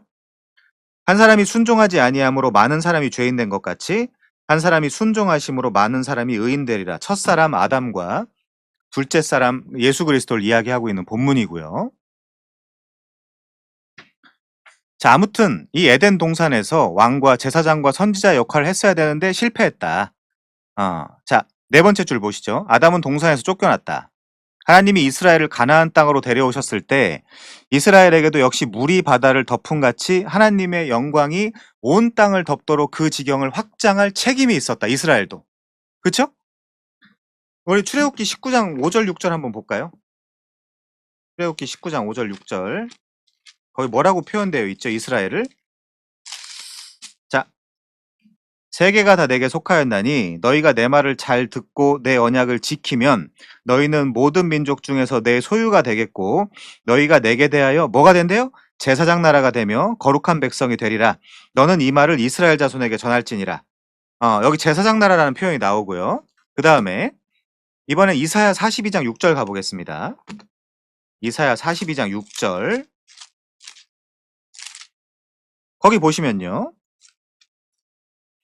나 여호와가 의로 너를 불렀은즉 내가 네 손을 잡아 너를 보호하며 너를 세워 백성의 언약과 이방의 빛이 되게 하리니. 이거 물론 누구한테 한 얘기죠? 궁극적으로는 예수 그리스도한테 한 이야기입니다. 이게 당연히 궁극적으로는 예수께 하신 그 말씀이지만 이게 1차적 수신자는 누구예요? 요 말의 1차적 수신자 이스라엘이죠. 이스라엘. 그럼 이스라엘은 백성의 언약과 이방의 빛이 되어야 하는 제사장 역할이 있었다는 거예요. 그 다음에 이사야 49장. 여기도 이제 마찬가지죠. 자, 이사야 49장 5절부터 볼까요? 이제 여호와께서 말씀하시나니 그는 태에서부터 나를 그의 종으로 지으신 이시요 야곱을 그에게로 돌아오게 하시는 이시니 이스라엘이 그에게로 모이는도다. 그러므로 내가 여호와 보시기에 영화롭게 되었으며 나의 하나님은 나의 힘이 되셨도다. 그가 이르시되 네가 나의 종이 되어 야곱 지파들을 일으키며 이스라엘 중에 보존된 자를 돌아오게 할 것은 매우 쉬운 일이라. 내가 또 너를 이방의 빛으로 삼아 나의 구원을 베풀어서 땅 끝까지 이르게 하리라. 이스라엘의 구속자가 이스라엘의 거룩한 이이신 여호와께서 사람에게 멸시를 당하는 자, 백성에게 미움을 받는 자, 관원들에게 종이 된 자에게 이같이 이르시되 왕들이 보고 일어서며 고관들이 경배하리니 이는 이스라엘의 거룩하시니 신실하신 여호와 그가 너를 택하셨음이라.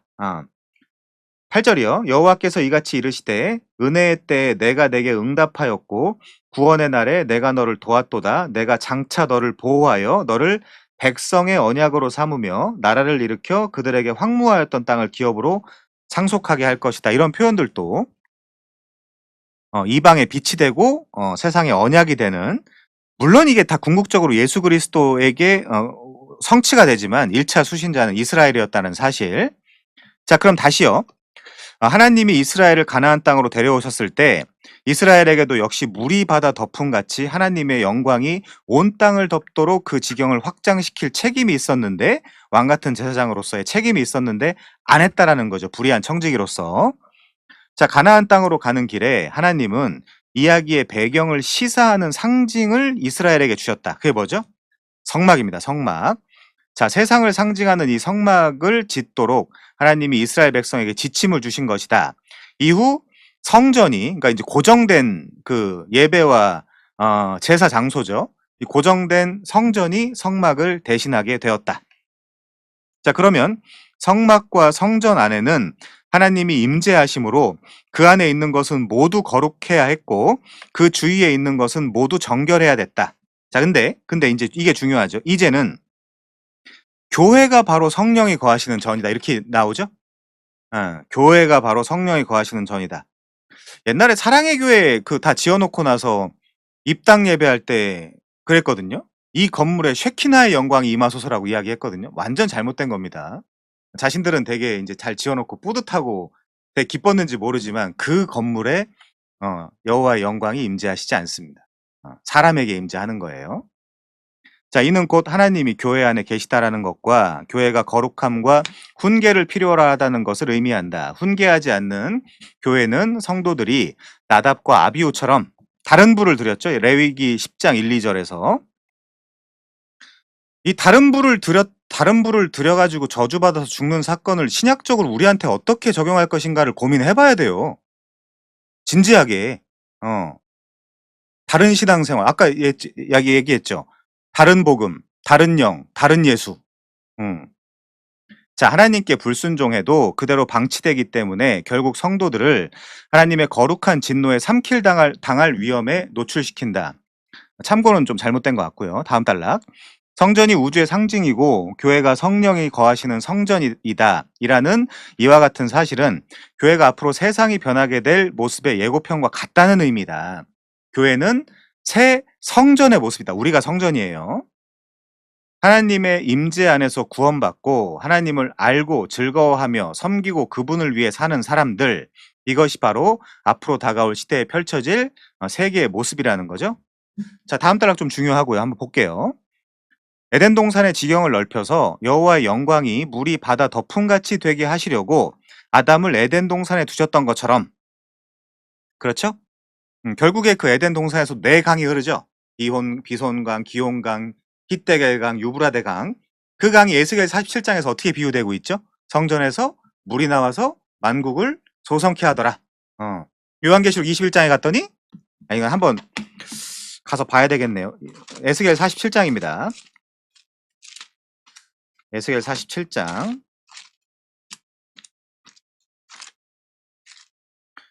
창세기 초반에 에덴 동산에서 네 강에서 물이 흐르는 거는 다 아실 것 같고요. 자, 에스겔 47장 1절. 그가 나를 데리고 성전 문에 이르시니 성전의 앞면이 동쪽을 향하였는데 그 문지방 밑에서 물이 나와 동쪽으로 흐르다가 성전 오른쪽 제단과 남쪽으로 흘러내리더라. 그러니까 지금 성전에서 물 나오는 이야기고요. 6절. 그가 내게 이르시되 인자야 내가 이것을 보았느냐 하시고 나를 인도하여 강가로 돌아가게 하시기로 내가 돌아가니 강 좌우편에 나무가 심이 많더라. 요거 이미지 잘 기억하십시오. 지금 강가 나오고 강 좌우편에 나무가 많죠. 자, 요한계시록까지 갈 겁니다. 그가 내게 이르시되 이 물이 동쪽으로 향하여 흘러 아라바로 내려가서 바다에 이르리니. 그쵸? 물이 바다로 흘러가죠. 지금 물이 바다를 덮는 거죠. 자, 이 물이 바다를 덮으면 어떤 일이 생깁니까? 이 흘러내리는 물로 그 바다의 물이 되살아나리라. 그냥 이제 노래만 물이 바다 덮음 같이 부르는 건 아무 의미가 없어요. 그거는. 자, 9절. 이 강물이 이르는 곳마다 번성하는, 그러니까 이 강물이 살리는 거죠. 뭔가를 살리고 번성케 하고 모든 생물이 살고 또 고기가 심이 많으리니 이 물이 흘러 들어감으로 바닷물이 되살아나겠고 이 강이 흐르는 각처에 모든 것이 살 것이며 또 이 강가에 어부가 설 것이니 엔게디에서부터 에네글라임까지 그물 치는 곳이 될 것이다. 고기가 얼마나 많이 잡히면 그렇겠어요. 그러니까 그 죽었던 바다가 막 살아나는 거죠. 심판과 죄와 저주의 바다가. 그 고기가 각기 종류를 따라 큰 바다의 고기같이 심이 많으려니와 그 진펄과 개펄은 되살아나지 못하고 소금 땅이 될 것이며.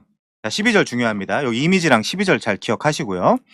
강 좌우 강가에는 각종 먹을 과실나무가 자라서 그 잎이 시들지 아니하며 열매가 끊이지 아니하고 달마다 새 열매를 맺으리니 그 물이 성소를 통하여 나옴이라. 자, 성막과 성전을 포괄하는 개념이 뭐라 그랬죠? 생추어리, 성소라 그랬죠? 성경에서. 그 열매는 먹을 만하고 그 잎사귀는 약재료가 될 것이다. 자, 요한계시록 21장 가보겠습니다. 이게 어떻게 성취되는가? 우선 요한계시록 21장 22절 보시죠. 성 안에서 내가 성전을 보지 못하였으니 이는 주 하나님 곧 전능하신 이와 어린 양이 그 성전이심이라. 그럼 이 성전에서 뭐가 나와야 되겠어요? 뭐가 나와야 바다도 살리고 막 번성하게 하고 하겠어요? 그 성은 해나 달에 비침이 쓸데없으니 이는 하나님의 영광이 비치고 어린 양이 그 등불이 되심이라. 만국이 그 빛 가운데로 다니고 땅의 왕들이 자기 영광을 가지고 그리로 들어가리라. 낮에 성문들을 도무지 닫지 아니하리니 거기에는 밤이 없다. 자, 지금 계속해서 뭐가 없어요. 지금 일단 20장 11절 보시면요. 20장 11절. 첫 땅과 하늘이 그 앞에서 피하여 간 데 없죠. 일단 그게 없고요. 21장 1절에 보시면 처음 하늘과 처음 땅이 없어졌고 바다도 없죠. 그쵸? 계속 없는 게 나옵니다. 이제 완성됐기 때문에 옛날 첫 창조, 아 창세 예를 들면 창세기 1장 1 절에 나와 있는 하나님이 태초에 정확하게 번역을 하면 하늘들과, 사도 바울도 셋째 하늘까지 올라가잖아요. 샤마인 그 복수거든요. 영어 성경에도 헤븐스라고 되어 있습니다. 하나님이 태초에 하늘들과 땅을 창조하셨다 이렇게 되어 있는데 그 처음 하늘과 처음 땅이 없어졌고요. 이 저주받은 바다도 다시 있지 않고요. 4절 보면 사망도 없고 애통하는 것도 없고 곡하는 것도 없고 아픈 것도 없고요. 그다음에 21장 25절에 보면 다시는 밤이 없죠. 자, 그런 상태에서 사람들이 만국의 영광과 존귀를 가지고 그리로 들어가겠고, 어디요? 아까 지금 하나님과 그 어린 양이 성전이라 그랬잖아요. 무엇이든지 속된 것이나 가증한 일 또는 거짓말하는 자는 결코 그리로 들어가지 못하되, 요 거짓말이 지금 그냥 그럼 우리 천국 못 갑니다. 그 거짓말이 아니에요. 지금 여기 성경에서 이야기하는 거짓말은. 자, 오직 어린 양의 생명책에 기록된 자들만 들어가리라. 22장이요. 아까 에스겔을 기억하시면서, 에스겔 47장을 기억하시면서, 또 그가 수정같이 맑은 생명수의 강을 내게 보이니, 강이 뭐 하는 거라 그랬어요? 생명을 살리는 거라 그랬죠? 하나님과 어린 양의 보좌로부터 나와서, 에스겔은 예언이었고요. 혹은 환상이었고, 묵시였죠. 그리고 이제 22장 여기는 성취죠. 길 가운데로 흐르더라. 강 좌우에 생명나무가 있어. 아까 강 좌우에 이런 것들이 있었다 그랬죠? 12가지 열매를 맺되 달마다 그 열매를 맺고 그 나무 잎사귀들은 만국을 치료하기 위해 있더라. 이제 그러면서 또 없죠. 다시는 저주가 없고 하나님과 그 어린 양의 보좌가 그 가운데 있으리니 그의 종들이 그를 섬기고요. 그의 얼굴을 볼 터이요 그의 이름도 그들의 이마에 있으리라. 그리고 뭐가 또 없어요? 다시 밤이 없겠고 등불과 햇빛이 쓸 데가 없으니 이는 주 하나님이 그들에게 빛이심이라. 그들이 세세토록 왕노릇 하리로다. 자, 이렇게 나와 있습니다.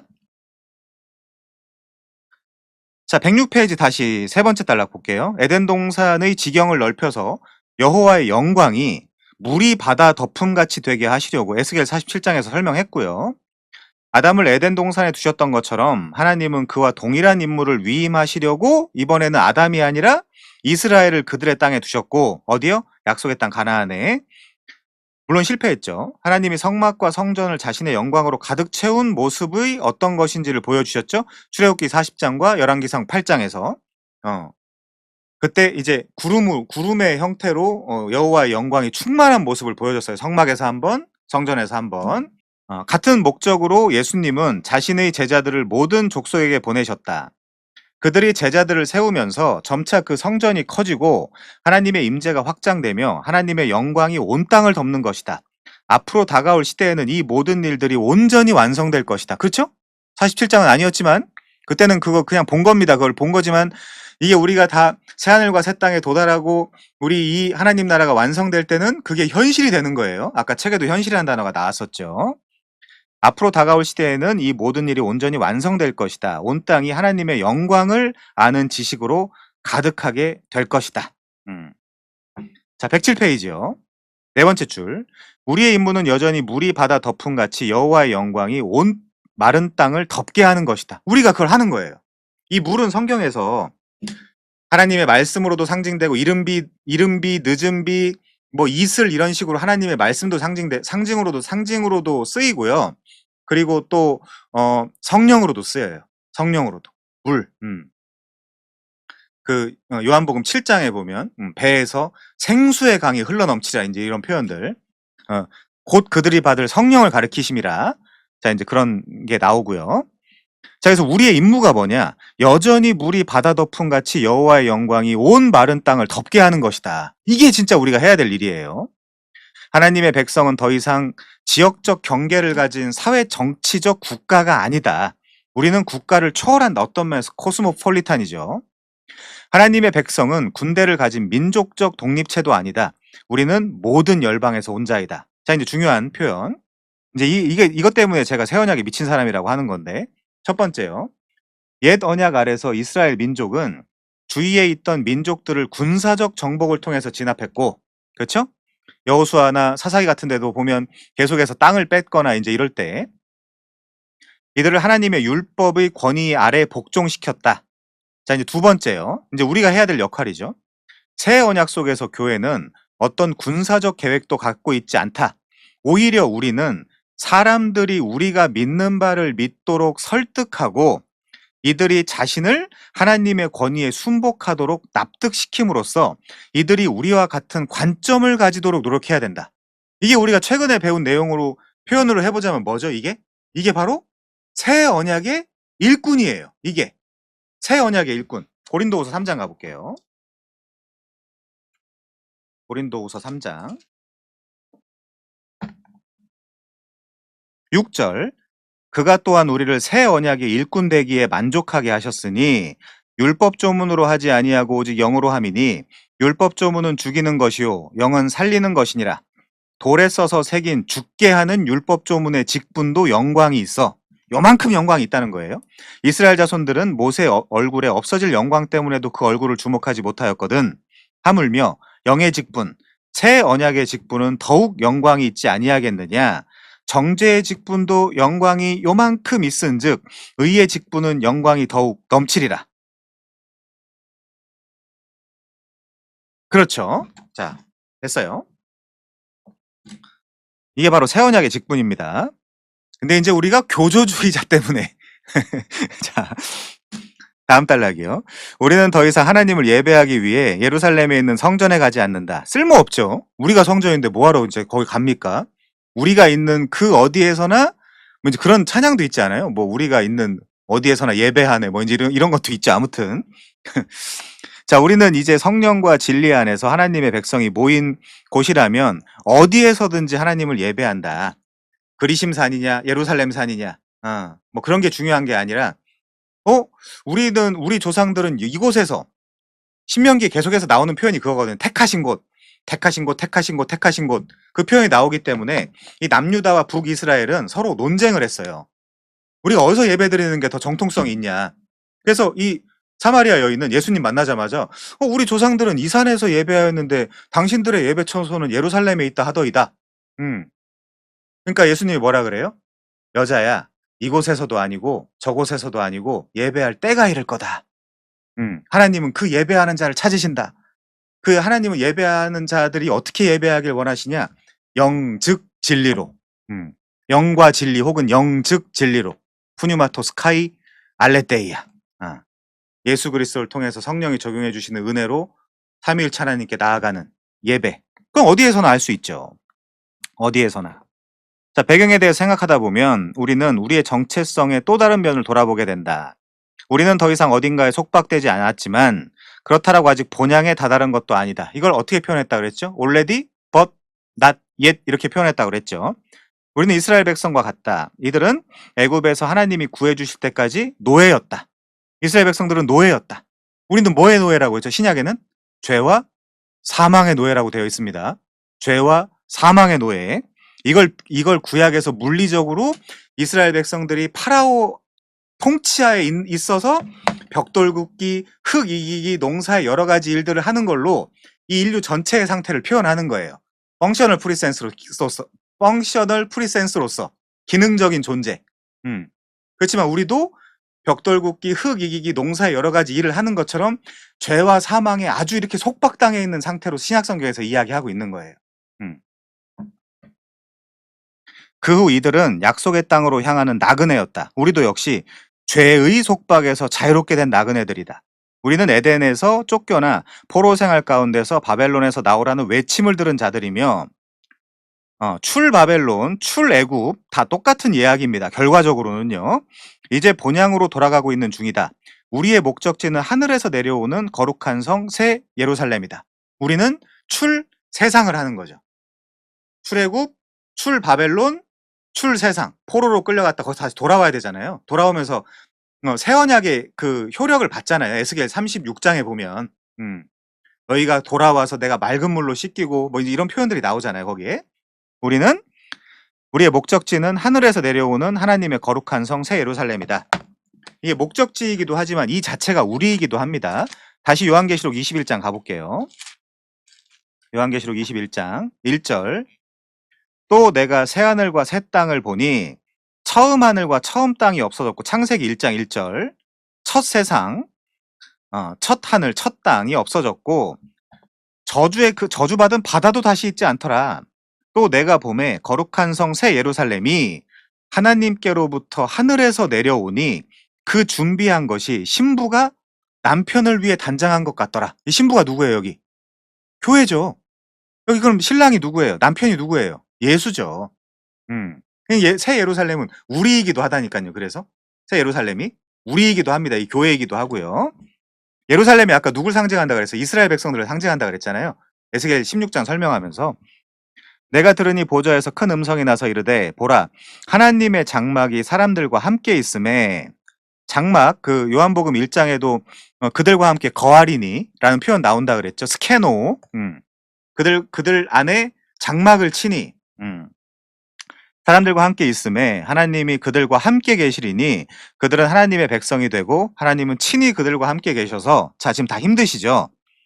모든 눈물을 그 눈에서 닦아주시고 다시는 사망이 없고 애통하는 것, 곡하는 것, 아픈 것이 다시 있지 아니하리니 처음 것들 그러니까 처음 하늘과 처음 땅으로 표현되는 처음 세상이 다 지나갔음이라 보좌에 앉으시니가 이르시되 보라 내가 만물을 새롭게 하노라 하시고 또 이르시되 이 말은 신실하고 참되니 기록하라 하시고 또 내게 말씀하시되 여기 다 이루었도다가 나와요. 이루었도다. 다 이루었다. 나는 알파와 오메가요 처음과 마지막이라 내가 생명수 샘물을 목마른 자에게 값없이 주리니 이기는 자는 이것들을 상속으로 받으리라. 지면 못 받는 거죠. 나는 그의 하나님이 되고 그들은 내 백성이 되리라. 이게 뭐라 그랬어요? 언약이라 그랬죠. 언약 표현이라 그랬죠. 자 다시 책으로요. 107페이지 제일 밑에 우리는 새롭고 더 나은 에덴 약속의 땅의 완성 새하늘과 새 땅에서 살게 될 것이다. 다 한 줄 알았는데 한 장 더 있네요. 빨리 가겠습니다. 13장 줄거리 속에서 교회가 겪는 갈등과 해결.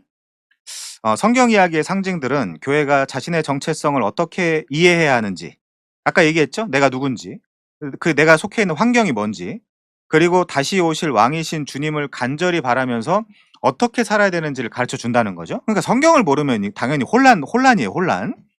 이 일은 쉬워야 된다. 당연히 쉬워야 되죠. 요한계시록과 마찬가지입니다. 도미티아노스 황제 밑에서 고난당하고 있는 사람들한테 위로받으라고 요한계시록을 줬는데 야 이게 신천지 이만인가? JMS인가? 막 자기들끼리 헷갈려요. 몰라요. 요한계시록이 너무 어려워요. 말이 안 되잖아요. 그거는. 자 하나님의 가족 성령의 전이 되는 것이 무엇이 어렵겠는가? 이 황량한 땅을 지나 새하늘과 새 땅으로 가는 여정이 위험하지 않고 안전한 여정이 돼야 되지 않겠는가? 뭔가 신나고 그러면서도 롤러코스터를 타는 것처럼 긴장되기도 하면서 또한 안전하기도 한 그런 여정 말이다. 그 의도와 목적을 가지고 쓴 성경이 계시록입니다. 혼란을 주려고 쓴 게 아니에요. 자, 여러분의 삶이 그렇다고 느껴지지 않는가? 그리스도 안에서의 안전함, 그리고 하나님이 모든 적들을 물리치실 것이라는 확신에 집중할 때에는 그렇게 여길지도 모르지만, 하지만 나는 삶이 전반적으로 그렇게 느껴지지 않는다고도 생각을 한다는 거죠. 자, 심지어 하나님의 말씀을 밤낮으로 묵상하는 사람들도 그렇게까지 인생을 쉽다라고 생각하진 않을 거다. 왜? 이렇게 느끼는 것은 단지 우리가 어떤 이유에서든지 올바른 관점에서 벗어나 잘못 생각하고 있기 때문이라고만은 볼 수 없다는 거죠. 자, 다다음 단락 보겠습니다. 다다음 단락. 여러분은 교회 이야기 속에서 갈등을 느낄 수 있는가? 교회의 이야기는 그리스도가 유월절 어린 양으로 죽으시고 성도들을 죄와 노예 생활에서 자유롭게 하셨다라는 이야기다. 유월절 이후 모세가 이스라엘을 시내산으로 인도했고 여기서 이스라엘 백성들은 율법과 언약을 받았다. 요게 이제 그들의 입장에서 보면 시내산 언약이고 우리 입장에서 보면 구약이죠. 자, 그리스도는 새 모세로서 우리에게 새롭고 더 나은 언약의 일환으로 새롭고 더 나은 율법을 주셨다. 율법이란 표현보다 언약이란 표현이 더 좋을 것 같아요. 고쳐주시면 좋겠고요. 네, 그럼 새 언약이 완성되는 거죠.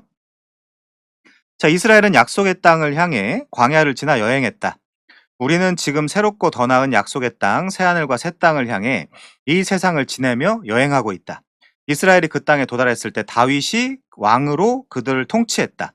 우리의 새롭고 더 나은 다윗인 예수는 우리의 왕이시며 공의로서 우리를 다스릴 것이고 결코 우리를 실망시키지 않을 것이다. 이거 우리의 믿음이죠. 하지만 여전히 우리는 교회 이야기에 갈등이 가득 차 있음을 안다.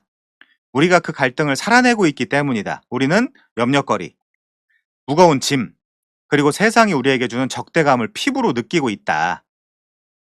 그러나 하나님은 우리에게 너무 많은 유익을 주셨다. 그래서 우리는 마땅히 교회 이야기의 작가가 이 스토리의 줄거리 안에 실제적이면서도 그럴듯한 긴장을 생성시킬 수 있다는 점에 경탄할 수밖에 없다는 거죠. 자, 그러면 아까도 우리가 봤지만 요한계시록 12장 7절부터 1절부터 17절에 보면 결국에는 이런 갈등과 전쟁 같은 것들이 나오는데, 다음 단락입니다. 그럼 왜 하나님은 이런 일을 허락하셨을까? 이거에 대한 답을 내려봐야 되겠죠. 자, 우리는 하나님이 이 일을 허용하고 계심을 알고 있다. 하나님이 이 모든 상황에 대해서 놀라워하시지 않는다라는 것도 안다. 사탄이 잡히지 않았다고 해서 사탄이 하나님을 이기고 있다라는 것은 아니다. 사용하고 있는 거죠. 자기 백성들의 유익을 위해서, 성장을 위해서. 우리는 어떻게 이를 알 수 있는가? 하나님의 백성들이 이런 고난의 시기를 지날 것에 대해서 구약 성경이 예언을 하고 있기 때문이다. 예를 들어 다니엘 7장 26, 27절에서 하나님의 백성이 왕국을 받는 모습이 등장하는데, 바로 앞에 23, 25절에서 그들은 사탄의 핍박을 받는다. 다니엘 12장 7절은 그런 것들이 다 하나님의 의도라는 거예요. 성도의 권세가 다 깨어지면 이 모든 일이 다 끝날 것이라고 말한다. 종말에 대해 우리에게 주어진 그림은 십자가 사건과 많은 연관이 있다. 메시아가 십자가에서 죽으셨을 때 사탄은 자신이 하나님을 이겼다라고 생각을 했지만 하나님은 패배처럼 보이는 이 사건을 통해서 승리하셨다라는 거죠. 자, 이제 이 메시아의 백성들은 예수님이 하신 것과 같은 방식으로 승리할 것인데, 물론 요한 1서에는 뭐라고 나와 있죠? 그들의 믿음이 세상에서 승리하게 될 것이다라고 되어 있습니다. 우리 예수님이랑 똑같이 우리가 십자가에 달려가지고 승리하는 건 아니고요. 세상을 승리하는 것은 이것이니 곧 그들의 뭐라고요? 믿음이니라고 되어 있습니다. 자, 그래서 아까 이기는 자는 이것들을 다 받는다라고 나와 있는 거고요. 그 이기는 방식이 믿음입니다. 요한 1서의 표현대로 제가 하자라고 하면요. 자, 그래서 사탄은 교회에 대해 무언가 새로운 전략을 펼치고 있는 것이 아니라 메시아에게 했던 것과 똑같은 전략을 쓰고 있다. 사탄은 예수를 파멸시키려고 했을 때와 같은 수법으로 교회를 파멸시키려고 하고 있다.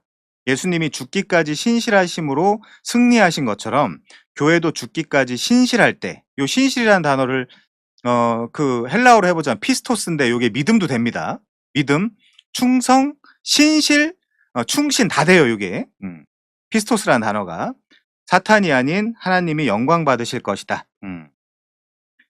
자, 사도 바울이 그러죠. 우리에게 구할 것은, 맡은 자인 우리에게 구할 것은 충성이다라고 하죠. 이제 그때도 피스토스입니다.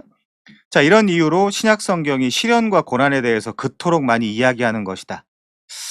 사탄은 시련과 고난을 가지고 교회를 무너뜨리려고 한다. 하지만 오히려 로마서 8장 28절에 보면 하나님을 사랑하는 자, 곧 그의 뜻대로 부르심을 입은 자들에게는 모든 것이 합력해서 선을 이룬다라고 되어 있죠. 그래서 이런 고난조차도 우리가 잘 갈무리를 해야 되겠죠. 자, 이와 같은 시련과 고난을 통해 하나님은 교회의 악함 속에서 자신의 능력을 보여주신다. 바울이 순회하며 여러 교회에 우리가 하나님 나라에 들어가려면 많은 환난을 겪어야 할 것이라 라고 말한 것도 바로 이런 이유다. 다 마찬가지입니다. 우리 심지어 몇 번 봤지만 그 요한계시록 20장 가볼게요. 요한계시록 20장. 자, 여기 1절부터 보겠습니다. 또 내가 봄에 천사가 무저갱의 열쇠와 큰 쇠사슬을 그의 손에 가지고 하늘로부터 내려와서 용을 잡으니, 아까는 똑같은 표현이죠. 이 용이 누구냐? 곧 옛뱀이요 마귀요 사탄이라. 잡아서 1000년 동안 결박하여 무저갱에 던져 넣고 너 잠그고 그 위에 인봉하여 1000년이 차도록 다시는 만국을 미혹하지 못하게 하였는데 그 후에는 반드시 잠깐 노일이라. 자, 이제 여러분의 역할입니다. 4절. 또 내가 보자들을 보니 거기 앉은 자들이 있어 심판하는 권세를 받았더라. 또 내가 보니 예수를 증언함과, 이거 누가 해요? 하나님의 말씀 때문에 목배임을 당한 자들의 영혼들과 또 짐승과 그의 우상에게 경배하지 아니하고 그들의 이마와 손에 그의 표를 받지 아니한 자들이 살아서 그리스도와 더불어 1000년 동안 왕노릇하니 문자적 천년 아닙니다. 그 나머지 죽은 자들은 그 1000년이 차기까지 살지 못하더라. 자, 아까 제가 누가 하냐라고 질문했죠. 이는 첫째 부활이라. 이 첫째 부활에 참여하는 자들은 복이 있고 거룩하도다. 둘째 사망이 그들을 다스리는 권세가 없고 도리어 그들이 하나님의 그리스도의 제사장이 되어 하나님과 그리스도의 제사장이 되어 1000년 동안 그리스도와 더불어 왕노릇하리라. 합치면요? 합치면 왕 같은 제사장이겠죠. 왕 같은 제사장. 베드로전서 2장 9절입니다. 베드로전서 2장 9절이요. 너희는 택하신 족속이요 왕 같은 제사장이요 거룩한 나라요 그의 소유가 된 백성이니 이는 왜요? 왜 너희가 택하신 족속이고 왕 같은 제사장이고 거룩한 나라고 그의 소유가 된 백성이죠? 이는 너희를 어두운 데서 불러내어 그의 기이한 빛에 들어가게 하신 이 아름다운 덕을 선포하게 하려고. 그럼 이거 선포 안 하면요? 선포 안 하면 아니에요. 아까 우리 요한계시록 20장에서도 봤지만 예수를 증언함과 하나님의 말씀 때문에 목배임을 당한 자들의 영혼들과 또 짐승과 그의 우상에게 경배하지 아니하고 그의 이마와 손에 그의 표를 받지 아니한 자들이 살아서 그리스도와 더불어 1000년 동안 왕노릇 하는 겁니다. 자, 그래서 112페이지 마지막 단락이요. 메시아의 고난과 메시아의 백성의 고난을 종종 메시아닉 워스라고 부른다. 워스는 비통, 비애 이런 뜻이죠. 자, 만약 당신이 예수를 믿는 신자라면 당신은 그리스도의 신부이자 몸이며 하나님 가족의 일원이고 성령이 거하시는 성전이다. 그럼에도 불구하고 놀랍게도 당신의 삶은 힘겨울 수 있고 쉽지 않을 수 있다. 이 메시아적 고난을 피할 수 없기 때문이다. 이건 그 교회로서의 고난이지 베드로는 그렇게 이야기합니다. 온당하지 않고 니네가 잘못해서 받는 고난을 이 하나님이 주신 고난이라고 착각하지 마라. 니네가 부족하고 잘못해서 다 받는 고난을 이 유익한 고난이라고 생각하면 어떡하냐라고 이야기합니다. 그 고난이랑 이 고난은 서로 잘 해석을 해가지고 내가 받는 고난을 정리를 하셔야 돼요. 만약 메시아가 고난을 먼저 받으신 후에 영광에 들어가셔야 했다면 교회 역시 이런 고난을 겪고 그러니까 이제 참 교회로서의 고난을 겪고 그 다음에 하나님 나라에 들어가야 된다라는 거죠. 자, 여러분 두 번째 줄이요. 여러분이 사탄의 팀에 합세하면 당신은 메시아적 고난을 겪지 않게 될 것이다. 그리고 막 여러 가지 선물을 주겠죠. 아주 달콤한 세상적인 달콤한 여러 가지를 줄 거고요. 자, 두 번째 단락이요.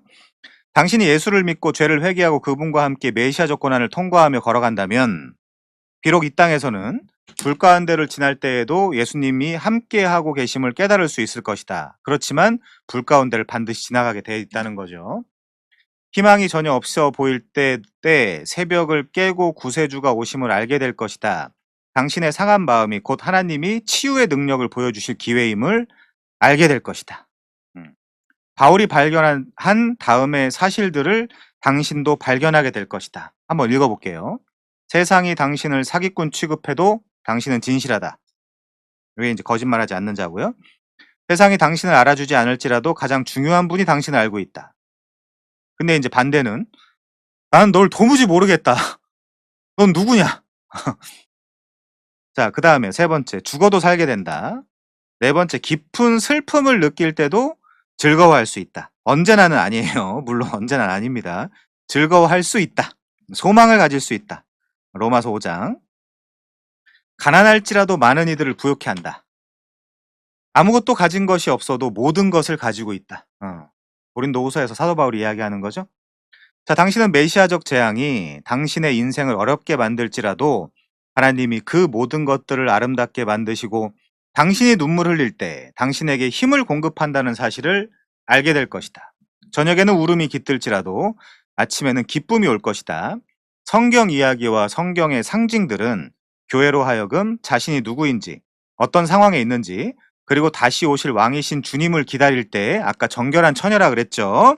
어떤 자세로 살아가야 할지에 대해서 이해할 수 있도록 도와준다. 뭐가요? 성경 이야기와 성경에 나타난 상징들이. 우리는 죽기까지 신실하게 하나님과 이웃을 사랑하며 또한 주님이 우리를 위해 그러셨던 것처럼 다른 이들을 위해 우리 목숨을 내어놓고 예수를 따라야 된다. 그때 마태복음 6장 33절에 나와 있는 것처럼 그의 나라, 그의 통치와 그의 의를 구해야 되겠죠. 자, 이 점을 기억하라. 우리 주위 사람들 모두가 큰 이야기 속에서 살아가고 있다. 초반에 말씀드렸던 메타 내러티브요.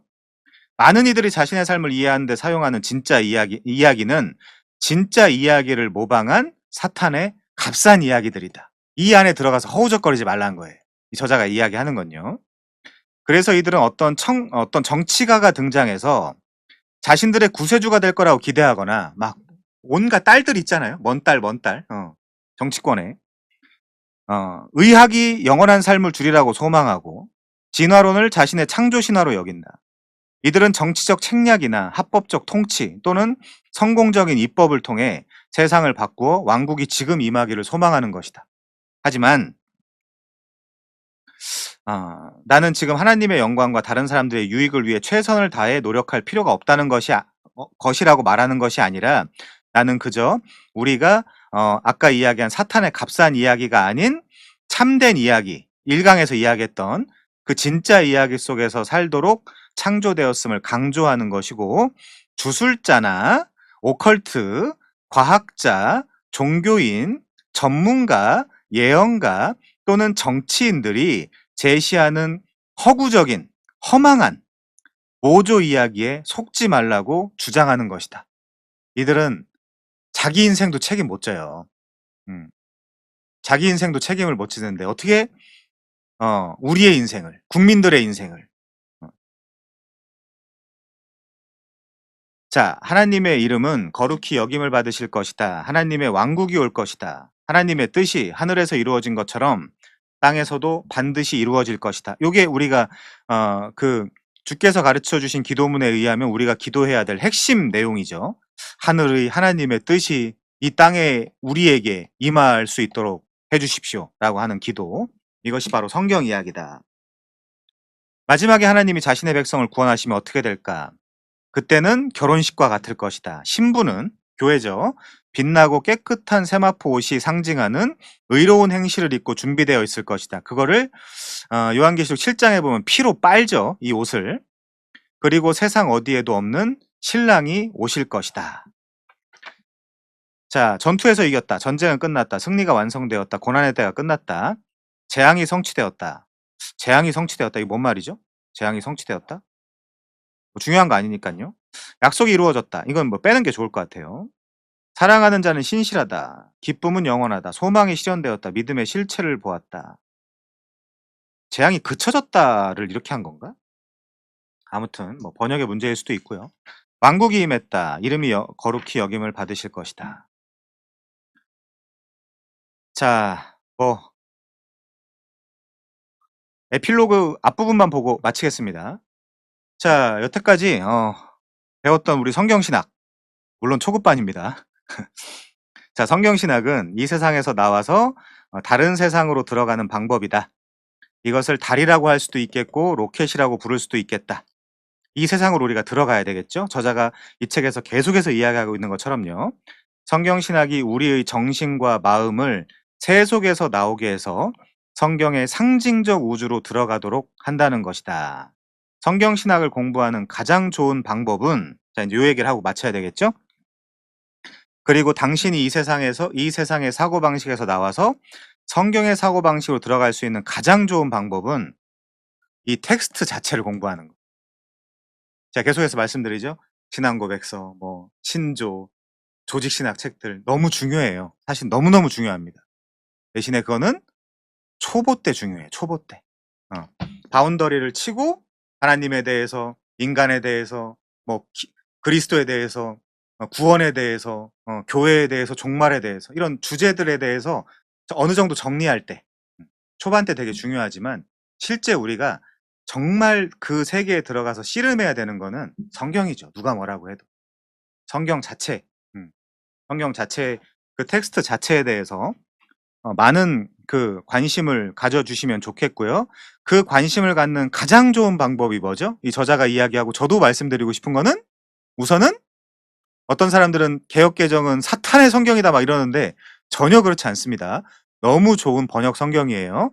개역 개정을 충실하게 많이 읽으시고 또 인제 그게 좀 이해가 안 된다고 한다면 옆에다가 뭐 NIV, ESV, 뭐 KJV 뭐 이제 이런 여러 가지 번역 성경들 뭐 새번역 뭐 그 쉬운 성경 이런 것들 갖다 놓으면서 씨름하고 아까 저희가 찾았던 방법처럼 '이 표현이 다른 데 여기도 나와 있던 것 같은데?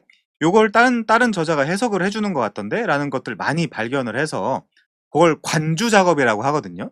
일반 문학에서는 간 본문이라고 합니다. 관주한다, 간 본문 작업을 한다라고 하는데 그 장절을 옆에다가 요거 요 부분이랑 비슷하지 않나?' 여백 성경 사다가 저도 여백 성경 쓰거든요. 우리 전도사님이 옛날에 선물해 주셔 가지고 여백 성경 사다가 거기다 반주 달면서 아까 예를 들면 우리가 요한계시록 12 장을 공부할 때 이거 에스겔 16 장, 창세기 2-3 장, 시편 2편 요런 거 써 놓으면 고 본문을 볼 때 고 본문 다른 본문들 그 레퍼런스 되어 있는 다른 본문들의 도움을 받아가면서 더 정확하고 성경이 성경을 해석한다라고 하는 그 원리에 따라서 우리가 정확하게 성경을 해석할 수 있다라는 거죠. 자, 개인적으로 성경 내용의 상호 연결성을 볼 수 있는 가장 좋은 방법은 한 번 성경을 읽을 때 큰 덩어리로 읽는 것이라고 생각한다. 예를 들면 뭐 액체 인식 성경 읽기 방법이나 이런 것들 있죠. 물론. 그러지 말고 좀 마음을 먹고 많죠, 물론. 양이 많은 성경들도 있는데 예를 들면 뭐 이사야 같은 경우는 66 장이니까 그래도 그거는 마음을 먹어서 예를 들면 뭐 토요일이나 일요일 날 배치를 해서 내가 이거 오늘은 이사야 66 장을 한번 1 장부터 66 장까지 한번 다 읽어 봐야지. 쭉 이어서. 음.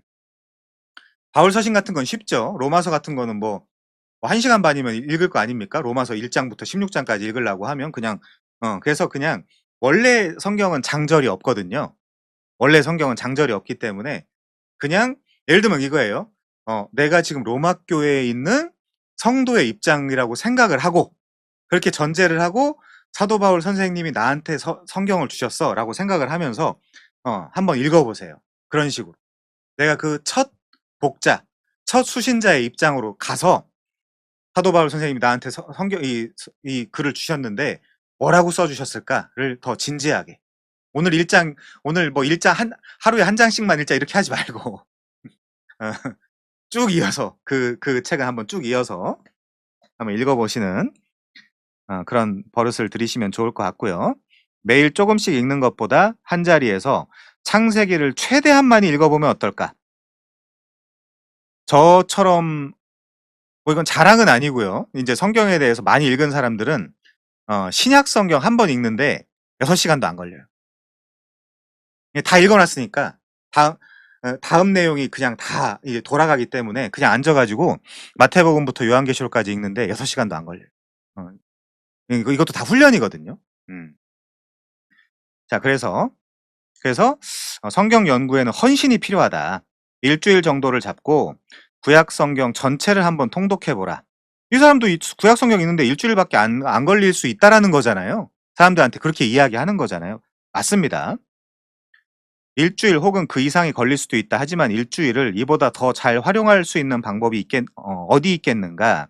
나는 성경을 한 번에 많이 읽는데 색연필을 가지고 각 책이나 장 그리고 저자 사이의 연관성을 표시하면서 관주화를 하라는 거죠. 어. 큰 도움을 얻는다. 이렇게 하면 예를 들어 신명기 4장 29절 말씀이 예레미야 29장 13 절에 인용되고 있음을 발견할 수 있을 것이다. 그러면 예를 들면 예레미야 29장 13 절을 내가 읽을 때 신명기 4장 29 절의 그 앞뒤 문맥을 생각하면서 적용하면서 읽을 수 있겠죠. 음. 그게 풍성해지면 그게 뭐가 되는 거예요? 네. 성경 신학자가 되는 겁니다, 그게. 뭐 이건 학위가 필요한 게 아니잖아요. 자, 내게 아주 큰 도움이 되었던 또 한 가지 방법은 성경 신학 책을 통해서 성경에 대해서 안내를 받는 것이다. 뭐 게알더스 보스나 그러니까 에드먼드 P 클라운이나 뭐 그레엄 골즈워지나 이런 사람들 책들이 아주 좋거든요. 그런 사람들 책 사 가지고 씨름해 보는 거예요. 성경 신학에 대해서. 자, 구약 성경에 대한 나의 이해는 구약 성경과 폴 하우스의 구약 신학을 함께 읽으면서 더 풍성해진 것 같다. 예를 들어 창세기를 읽을 때 나는 창세기 매 부분에 대한 하우스의 소개글을 먼저 읽은 다음에 그에 해당하는 창세기 본문을 읽었다. 그러면 인제 좀 더 이게 말하자면 우리 장로님과 최근에 대화를 나눴던 주석이죠, 주석. 주석을 보고 본문을 보면 그래서 그 주석은 어 다 사지 마시고 한 번에 뭐 WBC니 뭐 호크마니 뭐 인제 이런 것들 그랜드니 이런 거 사지 마시고 그 책을 평생을 연구한 학자들이 있어요. 평생을.